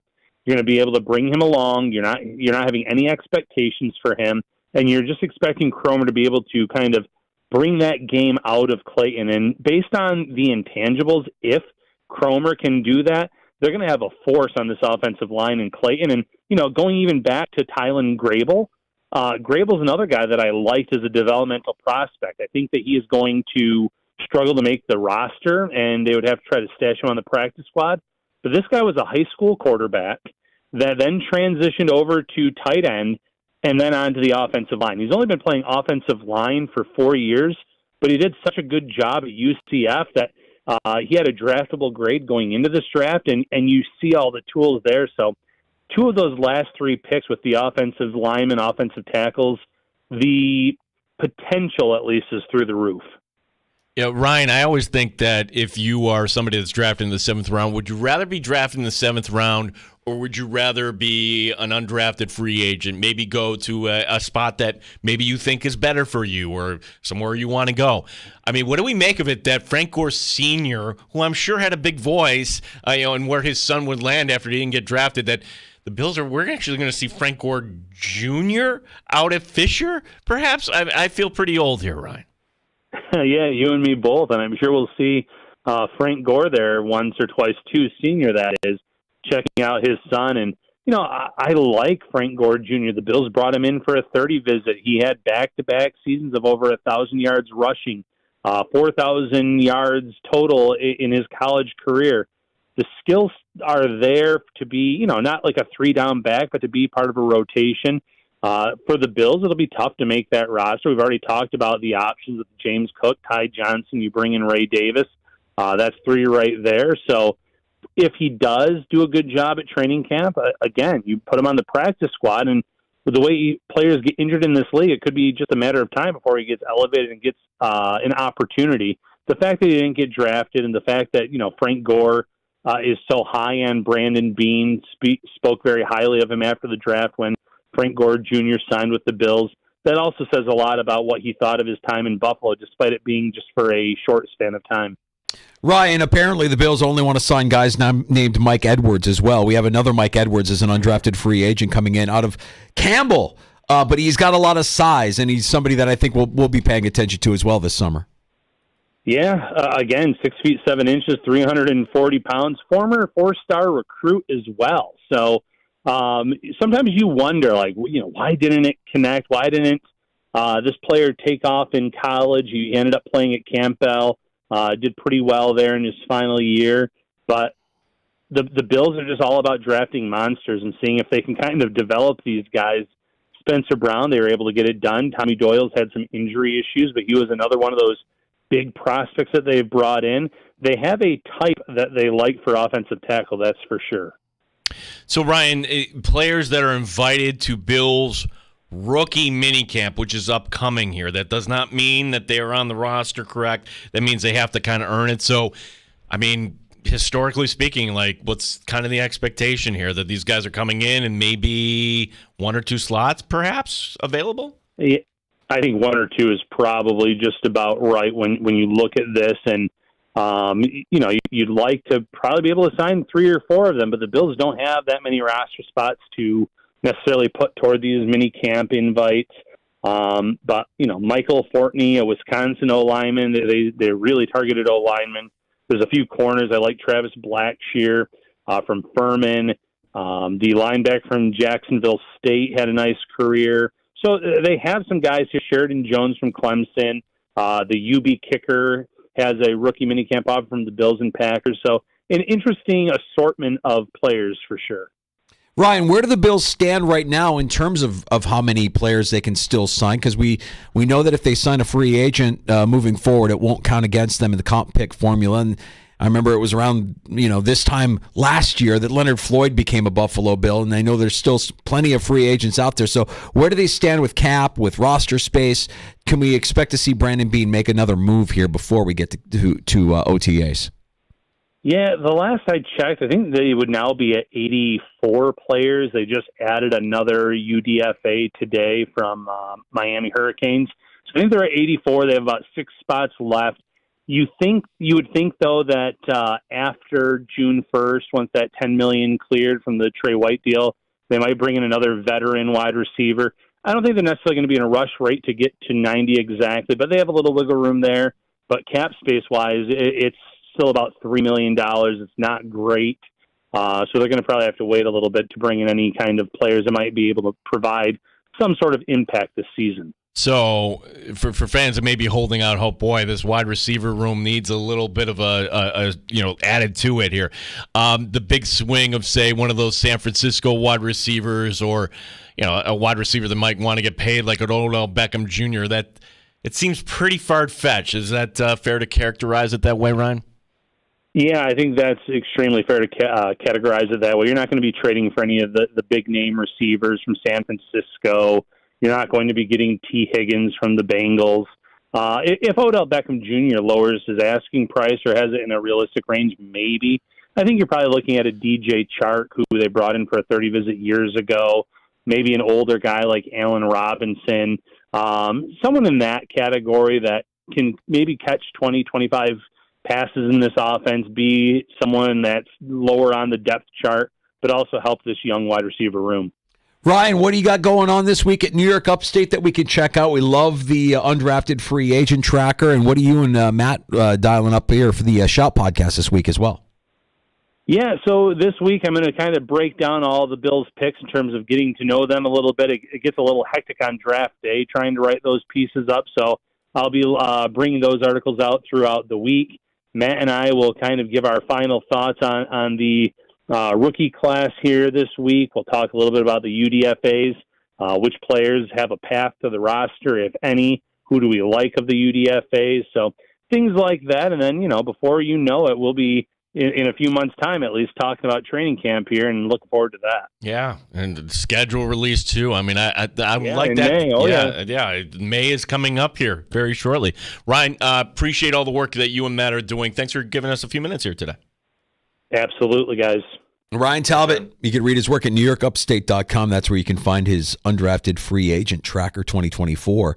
Again, NewYorkUpstate.com, the Shout Podcast. Always appreciate when Ryan joins us. And his co-host on the Shout Podcast, Matt Perino of the Syracuse Post-Standard, joins us tomorrow at 3:25 to talk more Buffalo Bills. Yeah, and that seems about right, like 84, 85. So there are a few slots that would be available. Maybe they go a couple of these slots here to this Bills rookie mini camp, and we'll discuss that with Matt tomorrow as that becomes a little more, in focus there. He did bring up one thing, Danger, and I wanted to kind of get your take on this. I know your team drafted, the Bears drafted a punter, and I'm not in favor of spending it. You got to be right. They didn't just draft a punter. They drafted Iowa's best player, Gene. Show some respect. Yeah, that's exactly the vibe I want to kind of bring over from my offense. Are we really sure on Tyler Bass? He's coming off his worst season, and you could say, well, it was the holder. Well, just shake it off. Well, whatever. The idea that you're bringing in UB's kicker to rookie minicamp, I would hope they bring in somebody to compete with Tyler Bass. I think they're invested in Bass, but I also think he's a kicker. So you can pull that trigger at any point. They've shown that they have no problem changing their plan at the last minute, going in a different direction. We saw it in training camp a couple of years ago with the punt god, and we've seen it with punter in the past, and I don't know why they would all of a sudden show loyalty to Tyler Bass when they haven't shown that kind of loyalty to their punters in the past. They can move on. Even though they're invested, they could find another Tyler Bass pretty my quick. gosh, you brought a punt god. I totally forgot he's in Kansas City. Oh, dude. Yeah. Every offseason move, they're going to rub our nose. And I can't believe you went on Binkley's show yesterday. That had to have been painful for you. I should kind of, because they played some clip of a Bills fan ranting, bleeping everything out, going over everything. And they didn't even bring that up. It's the 13 seconds. It's this. And we welcome in, OJ. Welcome in. And I'm like, my first line was, why did I agree to come on to this? like that was it, That's right. Why did we agree to let him on Friday? We got some pushback on that from Bills fans. No, what are we doing? Everything that the Chiefs are doing, it's almost as if they're doing it as if to say, you can't do it, but we can. You can't draft Xavier Worthy, but we can. You can't roster the punt god, but we can. You can't. You can't make it to the Super Bowl, but we can. It's maddening. And, oh, by the way, today, Travis Kelce gets an extension. He's not going anywhere for another 2 seasons.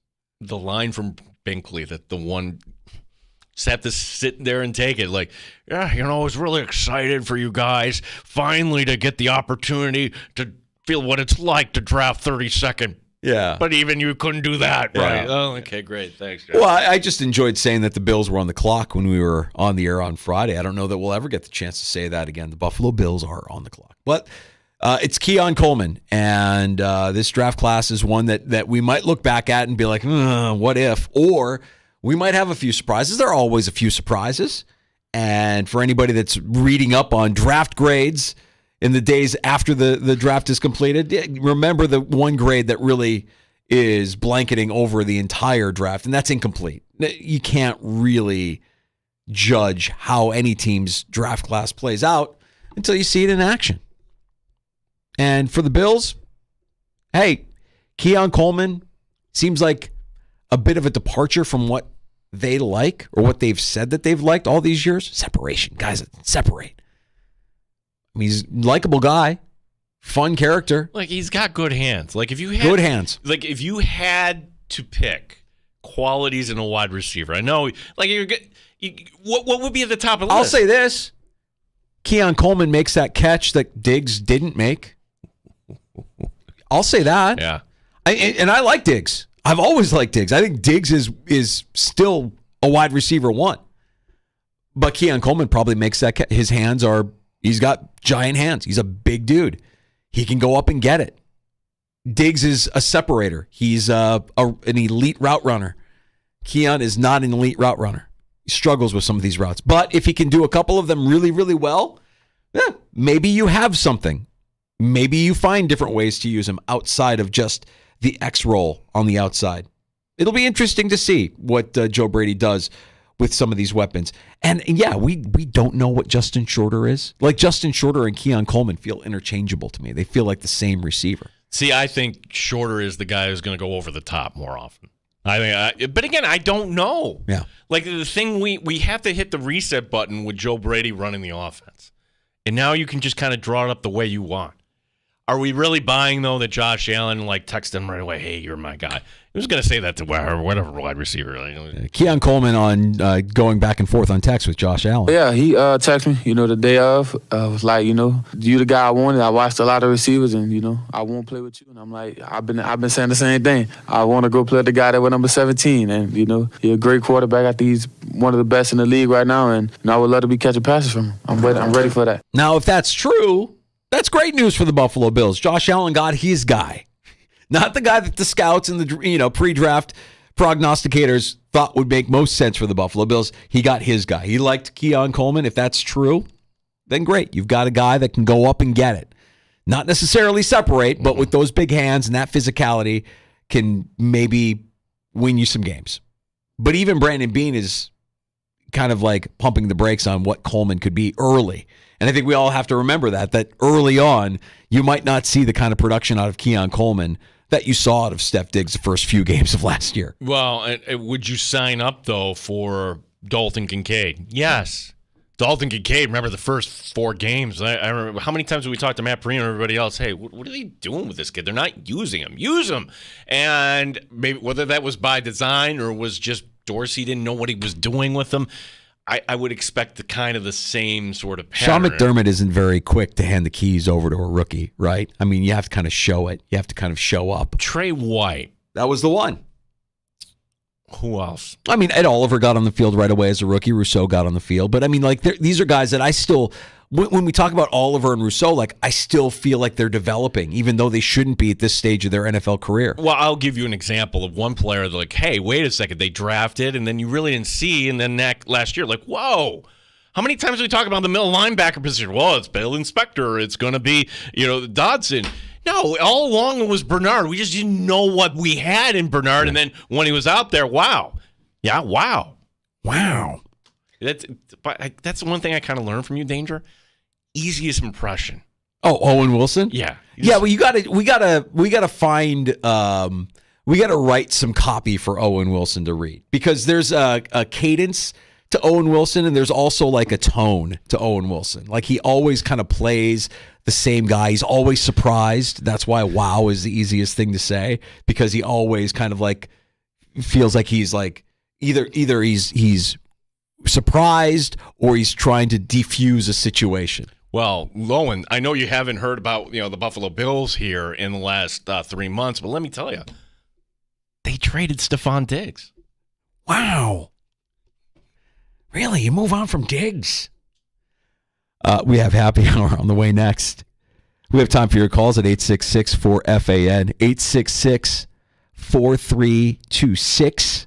And we'll recap this draft class and some of the undrafted free agents of note. That's all coming up next on The Fan Rochester. You're listening to the Sports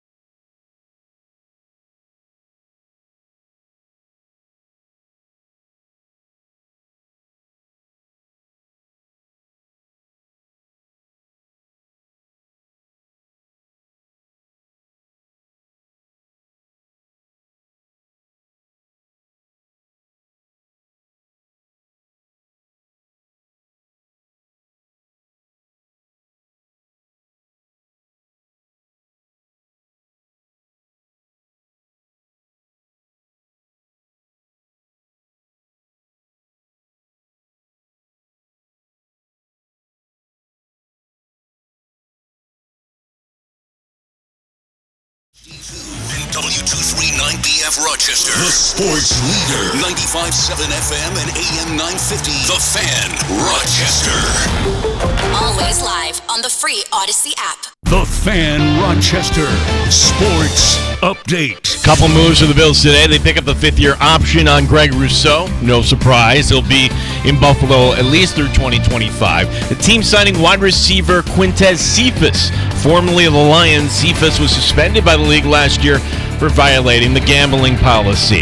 The top pick in round 2, wide receiver Keon Coleman, isn't concerned about big shoes. I don't think it's anything to just feel. I'm coming here to be myself, work for everything that I'm going to get, and, hopefully we're going to win some games. That's all I have to say about that. The Amherst playoff series against the Syracuse Crunch now tied at a game each. This after Syracuse winning in overtime. Game 3 Thursday night in Syracuse. We'll have it for you here, of course. The Rochester Red Wings are off tonight. They host the Syracuse Mets tomorrow. Yankees begin a big series tonight against the Orioles. Gene Battaglia, the sports leader, The Fan, Rochester.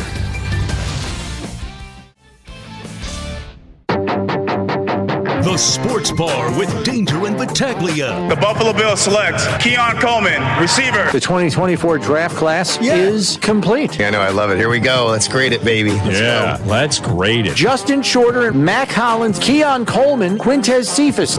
Mike Danger. I haven't talked about the Bears yet, but I'm a happy Chicago Bears fan for the first time in many, many years during the NFL draft. Gene Battaglia. The executive producer's like, I didn't realize you did an Owen Wilson impression. That was pretty funny. I'm like, thanks. That was actually Danger. So, wow. Still it goes for icing. And they score as a result of that. Declan Carlisle shoots it toward the net front. Game 4J will tip this puck through. This series is tied at 1. How dare you? How dare you? The Rangers beat the Capitals 4-2 to sweep that series 4-0. The Timberwolves have swept a postseason series. The Wolves. The Wolves, get up in here.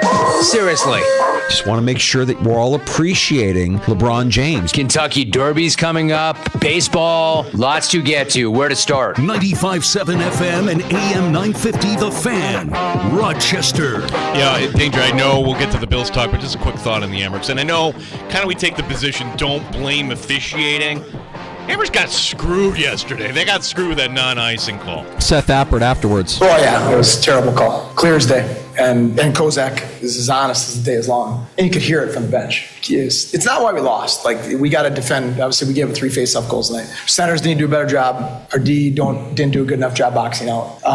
So we have to do a better job of that. You can't give up 3 face-off goals. That's most of their offense there. But it's a big call to blow, too. And have 4 guys not want to get together and confer to decide whether it's the right call or not. What was the explanation they gave you about it coming?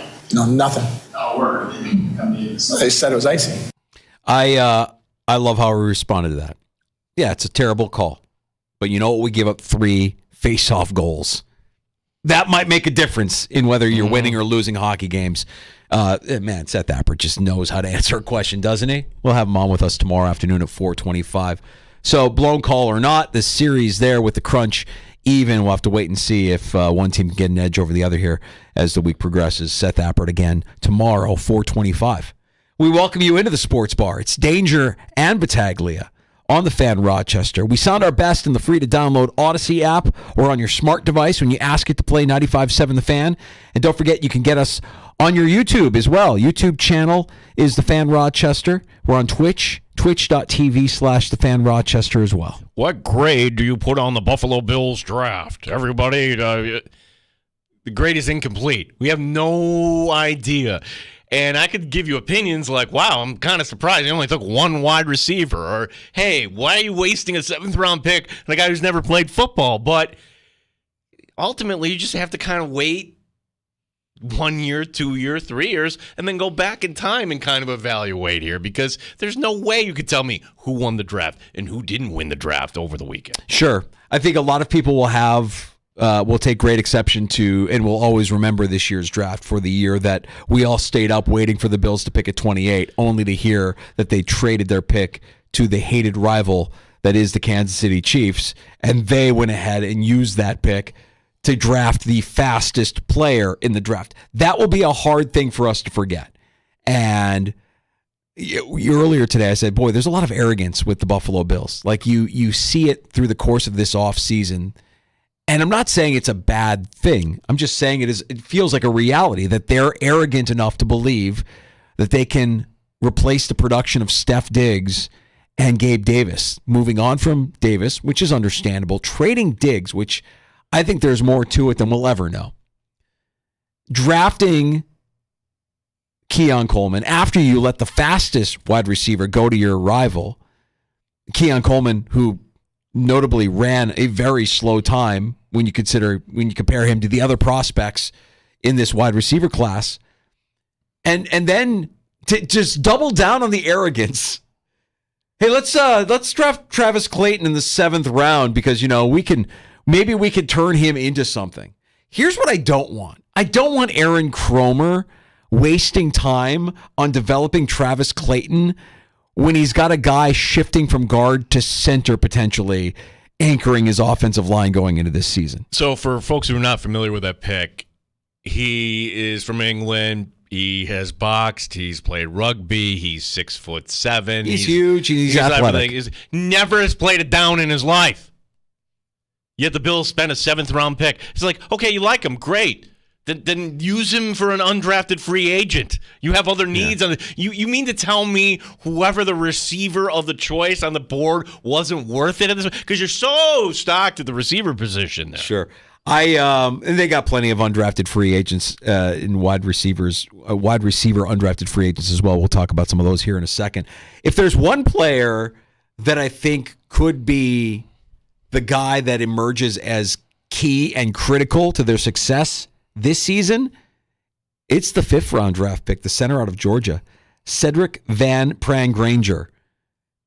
The more I think about it, the more my hope for the Bills is that he comes in and dazzles early in camp so that this talk of shifting McGovern from guard to center can go away. Yeah, and then you put Edwards back at the, hey, we need an extra offensive lineman, and then he's your swing guard here. If continuity is a desire, then why would you disrupt 2, potentially 3 slots on the line? And Ryan Talbot brought it up like, hey, you're going to have Deion Dawkins looking at somebody new to his right.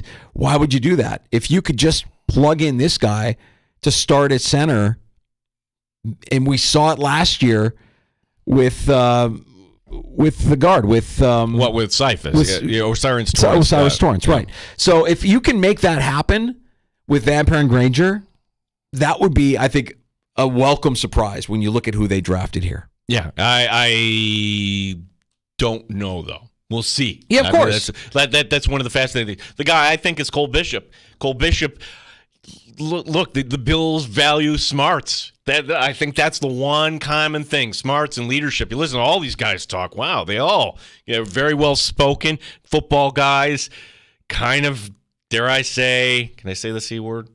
Culture guys. Can you beat out Taylor Rapp? I would hope so.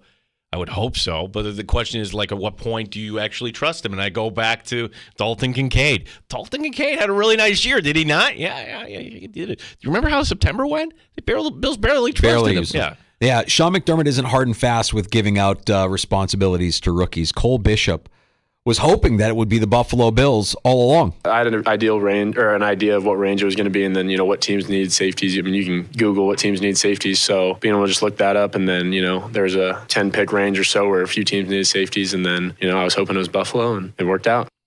So maybe we see Cole Bishop on the field at some point as a rookie.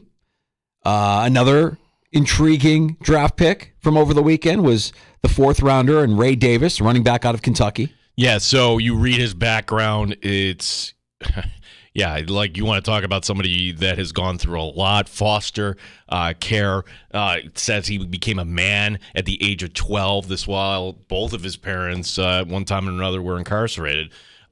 Ray Davis has everything you would want as far as being a leader. Now, he does have some miles. Usually, it's funny because when James Cook came out, wow, he hasn't touched the ball hardly at all in Georgia.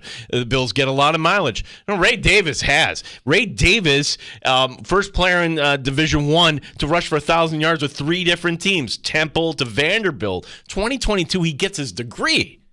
And then, all right, you know what? I'm going to play one more year at Kentucky. Let me go to the big boys here in the SEC. And he was impressive last year. 7 receiving touchdowns, which, all right, how will the Bills use Ray Davis. And it's interesting. I think we're all kind of speculating how they're going to use him. Like we heard Ryan Talbot say short yardage. That will be maybe that's also part of it. We talked to Dan Fates. Hey, he can be that guy coming out of the backfield and catching passes. And I think of James Cook, few bad drops last year. Maybe that's in the back of mind. No, I'm not saying that Ray Davis is going to overtake James Cook. That's not what I'm saying. What I'm saying is you need a decent second running back. I'm kind of excited about I feel like with Davis, with Ty Johnson being re-signed, and with James Cook, you have 3 running backs in that room that are all very similar.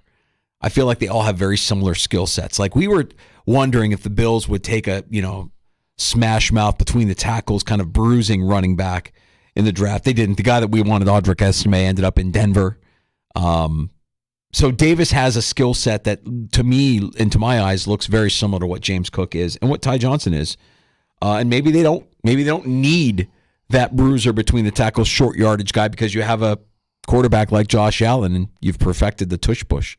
That is a good point. I would also say, too, that how many teams use actually 2 guys in the backfield? Not too many. And so it's not the worst thing in the world to have running backs with a similar kind of skill set. I did like reading that Davis is a good blocker. That is so important. Undrafted free agents. The Bills have signed a handful of them.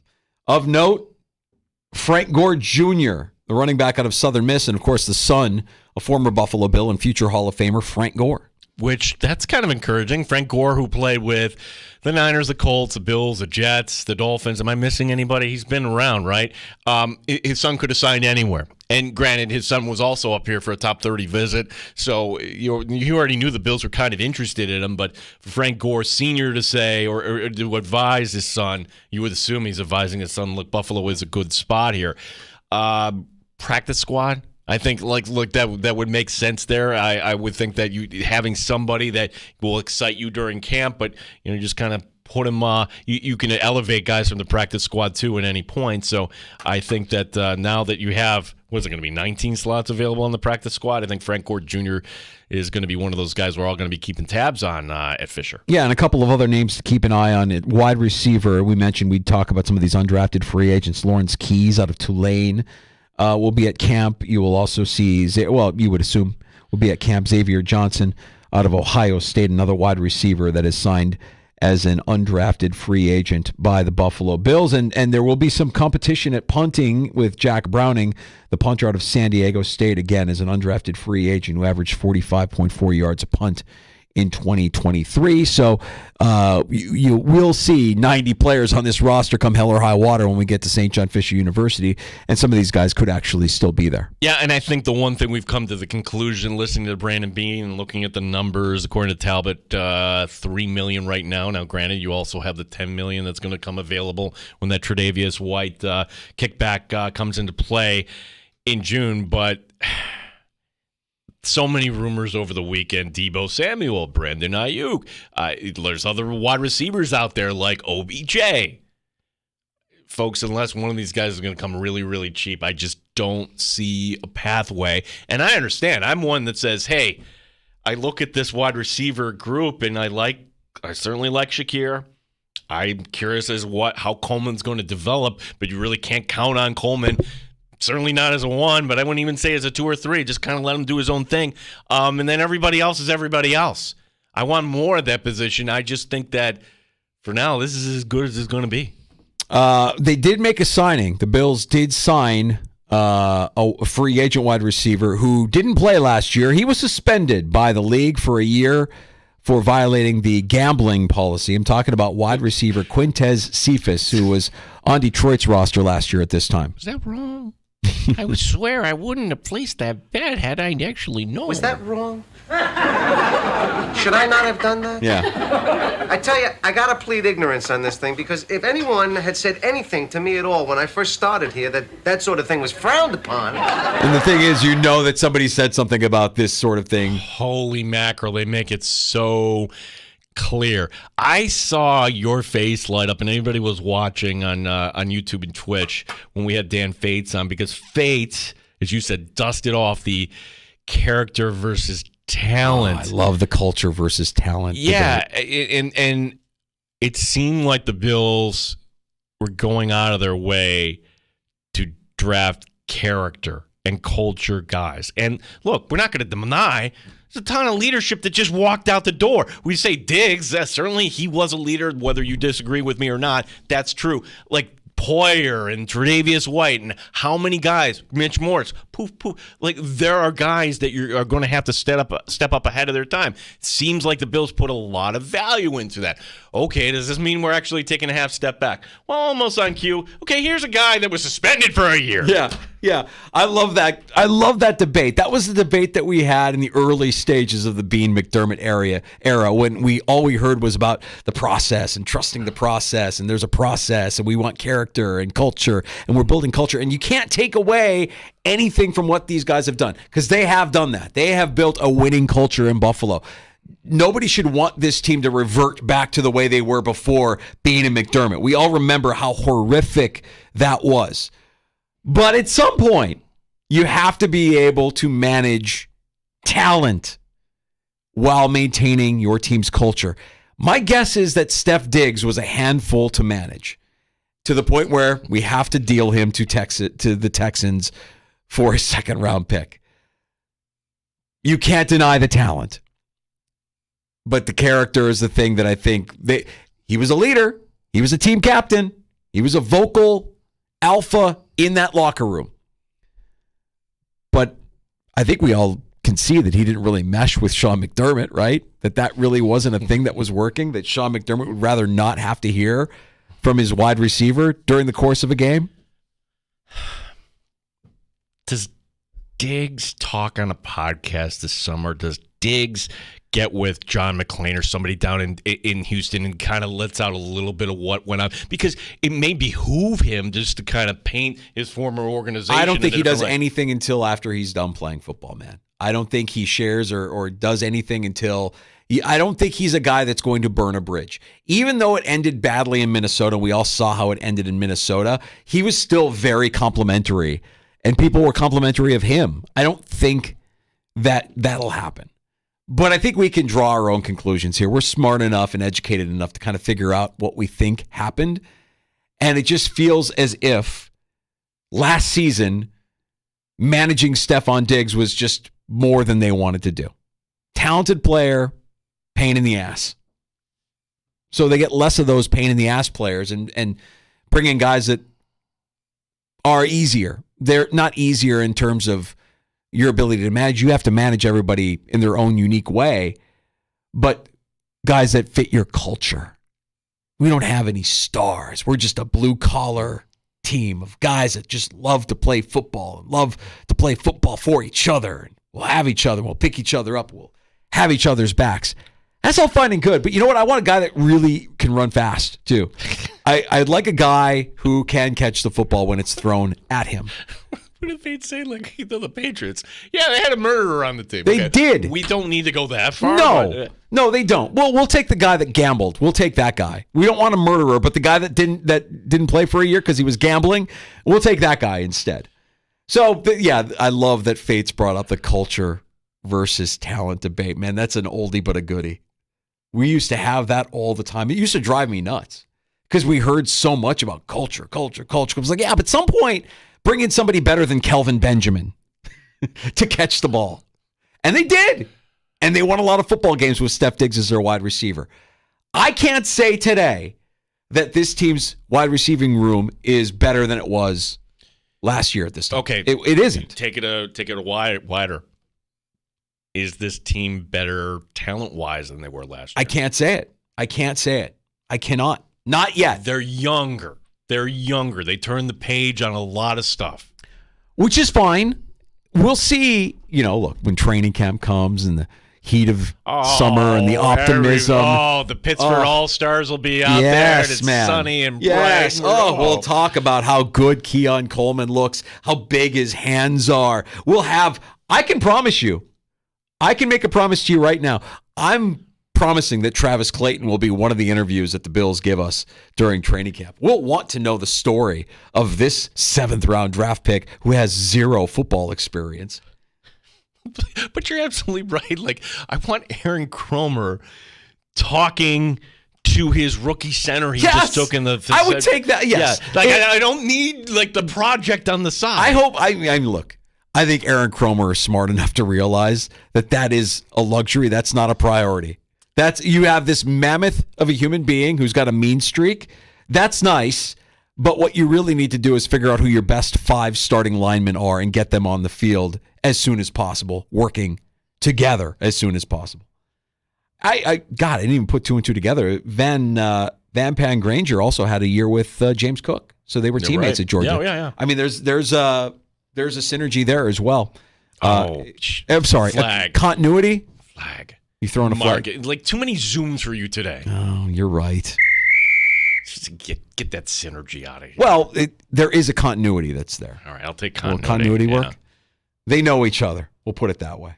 Familiarity between SVPG. What did Catherine go? I rolled my eyes. Cedric the Centertainer. That's pretty good. We'll have to give her credit for that when we see her this summer as well. She's full of one-liners, that Catherine. Yeah.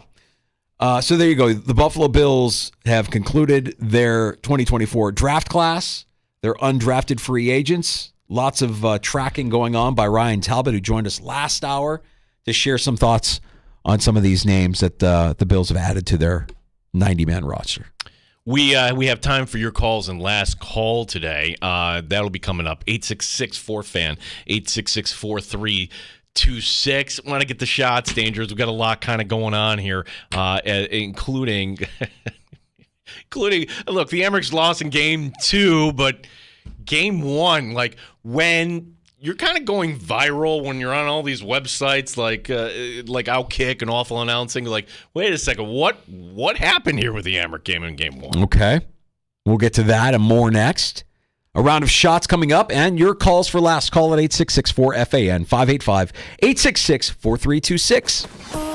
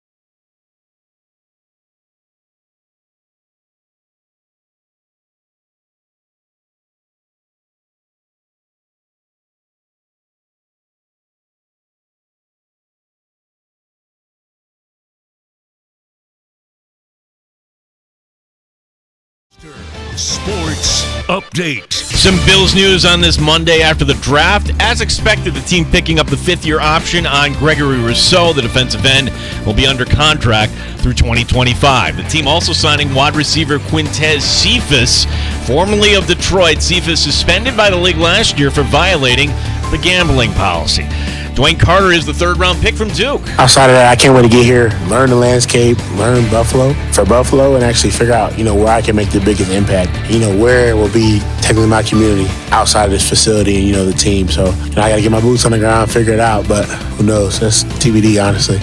The Amherst playoff series against Syracuse now tied at a game each, the best of 5. Game 3 coming up Thursday night in Syracuse. Wings are off tonight. They host Syracuse tomorrow. The Yankees begin a series tonight against the Orioles. Gene Battaglia, the sports leader, the Fan, Rochester. Odyssey is your home for all the audio that matters to you. Download the Odyssey app today to listen to the sports leader, the Fan, Rochester. And now they call icing. Seth Appert disagrees. 7,728 people agree with him. Problem is, it was still, in my opinion, a bad call. I thought Kozak redirected it into the offensive zone. Still, it goes for icing. And they score as a result of that. Declan Carlisle shoots it toward the net front. Gabe Forte, off a questionable icing call, will tip this puck through. The Amherst are not happy, and as they head off the ice, Seth Appert will remain, as he will beg for a conversation of the officials. This series is tied at 1. That is disheartening. That's Andrew Mossbrooks and Brian Duff on the call from yesterday as the Amherst fall to Syracuse. That series now even at a game apiece. Ooh, that's the danger of the 5-game series, Mike. Didn't mean to do that. But I think Seth handled it perfectly. It's the wrong call, but there's other things that went into this loss. Don't let it get to that point. Don't speak the language of losers. Don't fall into the trap of blaming officiating when your team loses a game. There are other factors in play, and I love that Seth Appert addressed that head on. Give up 3 face-off goals? That's a problem. We need to be better. Yes, you do. And the icing call was a bad call, the icing no call was a bad call. Yeah, well, guess what? Syracuse now has the home ice in this series. Amherst, Syracuse coming up. That will be Thursday night's Game 3. Let's check in on the other playoff round, the play-in game in the North Division, Belleville and Toronto. The Sens eliminate the Marlies. I don't know if I've ever seen this before, Danger. We had a fight in the post-game handshake line. Oh, fantastic. This between Toronto's Kyle Clifford and Belleville's Boko Imana. The Sens now go on to face Cleveland in the best of 5. I'm always around and loving a good fight in the post-game handshake. What is deemed the ultimate sign of sportsmanship. Yeah, no, not here. Not happening. No, it's got some serious beer league vibes going on there in that play-in round. Quick minute here for the Nighthawks. Season's over. 9-6, the not-so-nice final. Ryan Smith had the hat trick in the loss. Toronto goes on to face Buffalo in the semifinal. This was just the second playoff appearance for Rochester in the expansion era. All right, so what's the future look like? We know that next season tickets are on sale. Better, because you didn't have your goalie up until the last week of the season. So the Nighthawks, yes. Will they be here next year? Yes. Who's the long-term owner for the team? Big question mark. Yeah, right. Big question mark. Yeah, and with the Amherst Pagula not bidding on the bid to manage the arena, who knows? There are 3 games tonight in the NBA. Boston's home against Miami. The Celtics up 2-1. That's on TNT at 7:30, followed by the Lakers in Denver. Hey, the Lakers still alive. Nuggets can advance tonight. They're up 3-1. Over on NBA TV, 8:30, Oklahoma City looking for the sweep at New Orleans. Thunder up 3-0. In case you missed it, Charles Barkley has had enough of New Orleans and their performance so far this postseason. Disappointed in New Orleans. Where they going, Chuck? Galveston? That dirty-ass water. We're not even going to sit into Cancun. We're going to sit into Galveston with that dirty-ass water be washed up on the shore. You people think they're in the beach. Y'all located, we gonna send y'all to Cancun. Y'all drive y'all quit. Drive your ass down to Galveston. Come on, man. So they're not taking a little. Come on, they didn't even try, man. No, we're not getting them no plane ticket to the beach. We send their ass to Galveston, Texas, right where that dirty water washed up on the beach. They can't even get in the water. Come on, man. I love hearing the people laugh. I can't take it, man. It's too good. Yeah. Zion in dirty-ass water. 2 games tonight in the NHL. Doubleheader on ESPN has the Lightning and Panthers at 7. Florida's up 3-1, followed by Dallas and Vegas. Golden Knights up 2 games to 1. I like the under at 6.5 between the Lightning and the Panthers, which, of course, means it'll be a goal fest. Yeah, 5-4, something like that. ESPN's Jeff Passan reporting they're beginning the process to change back the uniforms of Major League Baseball. Come on. Yeah. In a memo from the union to their players, quote, "This has entirely been a Nike issue. At its core, what has happened here is that Nike was innovating something that didn't need to be innovated." Really? Amongst the problems, small lettering on the back that made the uniforms look amateurish, gray tops and bottoms that didn't match, fabric that could rip open while you slide, and worse yet, see-through pants. Franks and beans! Many Major League teams have celebrations in the dugout when the team hits a home run. Remember the Orioles last season made headlines with their home run bong? This year it's the Twins. They have the home run sausage. Catcher Ryan Jeffers carries around the sausage in his bag unrefrigerated. Manager Rocco Baldelli is concerned when the inevitable happens this season when the packaging should break. Quote, "There's no doubt in my mind we are carrying around something that is very, very unhealthy to the human body. Whoever's touching that is in deep trouble." All right. Now I need a little bit more explanation because I'm curious. I mean, listen, a raw sausage, obviously you're not eating a raw sausage. What are they doing with the sausage? Just passing it around. They're just passing like a hot potato, just passing the sausage around? Yeah, you get to hold the sausage. Oh, okay. So I thought, all right, maybe it's you're putting a sausage on a roll and you're eating it after you hit a home run, which I probably wouldn't do during the course of an athletic competition. But, hey, to each their own. You just hit a home run, knock yourself out. But this is just them using it as a prop? Correct. And it's the same one. Right, and we haven't gotten to the warm weather months. And what's the story? I got to know the story behind it because that's not just somebody. Everything has you're right. Right, not just it's like creatively somebody just said, "Oh, you know what we'll do? Let's pass a sausage around." There's a story behind that. That's what I need to know. One of the players was asked about it. Baseball players were kind of weird. That was this explanation. Okay, yes, but there's still a story. Of course you're weird. You're wired differently. You're a professional baseball player. You're a professional athlete. You're all wired differently. What's the story? Why an uncooked sausage? I've got to know. Back to the Amherst, who did win game 1, okay, nursing a 1-goal lead late. Syracuse pulling the goalie. You know what happens there. That's when Devin Levi, a goaltender for the Amherst, he comes up with the puck. Well, he's got a little bit of space ahead of him. He's got a clear lane to shoot at an empty net. He opted not to take the shot. Asked about it after, he gave us one of the all-time quotes. Leave with a win rather than a goal. I'm not trying to be too horny for, scoring more than what you need. So we got what we needed, and that was it. He's right. Missed the net. That's icing. Face-off back in the Amherst zone. I just have never heard that. Try not to be too horny. By the way, who is in the Amherst media room? Is that there's some serious Beavis and Butthead laughing there. Yeah. You said horny. He did. He did say horny. Yeah, try not to be too horny. Yeah, I get it, Gino. He doesn't want to,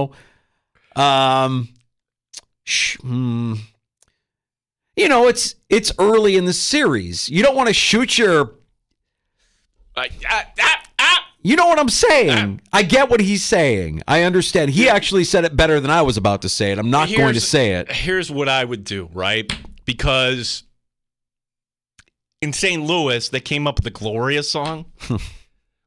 Do they have a victory song for the Amherst? Because honestly, I think there is a song that they should play here, Danger, after every Amherst win now. You want them to play, you're a degenerate. I know you. You and I came up around the same age. You want them to play 2 Live Crew, don't you? Isn't that what he's like? Wouldn't that be going over? But do they actually? You couldn't do it because there's no clean version to that song, I would think. Kidding me? Are you kidding me? Of course there's a clean version to it. And of course I used to play this on the radio when I first got into radio. And of course it blew my mind that they could take the lyrics to this song and find a way to clean it up to the point where it still passes FCC regulations? Are you kidding me? New goal song for the Rochester Americans? What do you think? Yeah, after Ladies and gentlemen, here are your Rochester Americans. All right, maybe we're pushing it a little bit, but if Devin Levi scores on an empty netter, have this queued up and ready to go. What? Oh, that's the one that got you. There's so many people that don't know this song or appreciate this song or have any idea about the Two Live Crew. That's not the lyric. Watching Arsenio Hall. What? Yeah. Remember when Arsenio Hall had a show? And it was very popular? Appetite for love. That's not the lyric. Yeah. No, there's that's the Two Live Crew. And that's Devin Levi's new theme song. If he scores on an empty netter, cue that up. That's got to be the one. Okay, so I don't want this to go 5, but let's say it does go 5 and the Amerks actually win the series, right? You're blurring that at the end, right? I say save it for a special occasion. I think you have to, this is an organization that has allowed their players in Buffalo to select their own goal song, right? They've done this for years. I think you have to have this ready to go. If Devin Levi ever scores an empty net goal, you've got Two Live Crew queued up. Not the filthy, not safe for life version that you would shield. I mean, you're probably shielding your kids' ears from this version as well, but just once. Just once. Like, Devin, if it were a 2-3 goal lead and they're pulling the goalie, it's like an elimination game. Take the shot. Take the shot. shot. And get ready for some Two Live Crew as your goal song, Devin Levi. Wasn't trying to be too horny for a goal. I'd rather have the win than the goal. Leave with a win rather than a goal. I'm not trying to be too horny for scoring more than what you need. So we got what we needed, and that was it. You know who I think was laughing? I think that was Warren. I bet you it was Warren that was back there laughing. No, I think it was Lance. It was Lance. Who else was at that game? I don't know that it was Lance. Yurden maybe. I think it might have been Warren. I think Warren from the Amerks might have been in the background laughing that Devin used the word horny to describe why he didn't go for the empty netter there. Good stuff. Well, Thursday night, we'll see if the Amerks can regain their home ice and get an edge on Syracuse and push them to the brink of elimination. We'll have all of your Amerks postseason action for you here on the Fan Rochester, your proud home of Rochester Americans hockey. Last call is next. 585-866-4FAN if you want to join us. 866-4326. Give us your takeaways on the Buffalo Bills draft class, on the undrafted free agent haul. Any thoughts you have about this team as we now look ahead to rookie minicamp, we look ahead to OTAs, and eventually it'll be here before we know it. Training camp at St. John Fisher University. 866-4326. As we close up shop and let you know who's stopping by the sports bar tomorrow afternoon next on the Fan Rochester.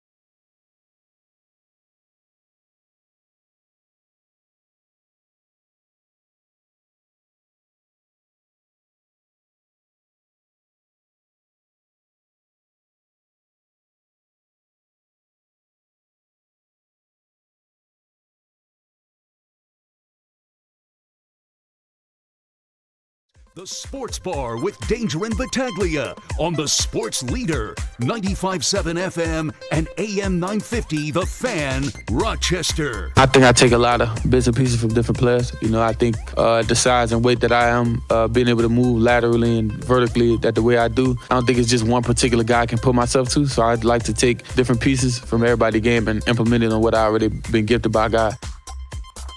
That's Bills' second-round wide receiver, Keon Coleman, was introduced to the team this weekend, made a little bit of a splash, talking about his yellow coat that he got at Macy's. Macy's, yeah.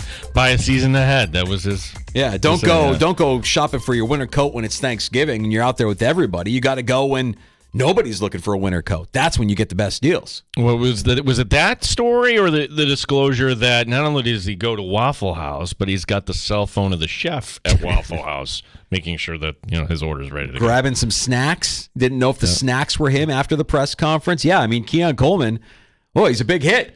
Big character guy, big personality. Big character guy. And then Ryan Talbot retweeting this out. Apparently, Coleman putting out some content today that, hey, how do I get to know, playing with Josh Allen? He's playing Madden today. He's playing the Buffalo Bills. And I don't know if he just invented himself as a wide receiver, but he's playing Josh Allen. I feel like I've seen this movie before. Wasn't this the same story when they traded for Stephon Diggs? Quickest way to get to know your teammate? Get some Madden going? Yeah, I guess Josh Allen was not actually on Madden with him. It was just Coleman playing as Josh Allen in Madden. Ah, okay. Well, that's great. Look, he seems like a really nice kid, right? He seems like he's got his head on straight. He's fun. He's funny. He's got a big personality. And if he can go out there and do the things that we hope he can do, well, then the Bills will be no worse for the wear for moving on from Stephon Diggs or letting Gabe Davis walk in free agency. We'll see. Remains to be seen if that kind of character that we saw this weekend lasts into year 3.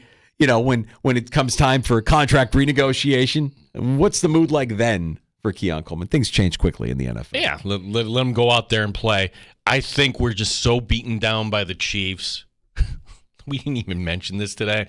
Oh, great. They gave Travis Kelce a new 2-year deal. Yeah. $34 million. Oh, we didn't even waste any time talking about Zeke Elliott going back to Dallas either. Like you said, that is a waste of time. Right, to talk but about that. the thing that's interesting about that is he might actually be their one. He might actually be their one. What are they doing? I thought they were supposed to be all in. All in what? And then watch out for this as well, because a guy that flamed out with the Jets just got signed by a team that's usually a contender.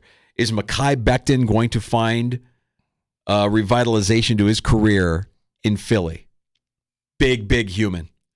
Big human. Couldn't stay on the field with the Jets. It seemed like he had an attitude issue, too. Yeah, almost feels like he didn't want to be a New York Jet. And just quickly, before we close up shop here, Jason Kelce will be on the Monday Night Football Countdown show. He'll be replacing RG3. And the NFL Today on CBS. Both Phil Simms and Boomer Esiason are out. Wow. Matt Ryan in. James Brown, Nate Burleson, Bill Cowher all returning. J.J. Watt where he belongs in a part-time role.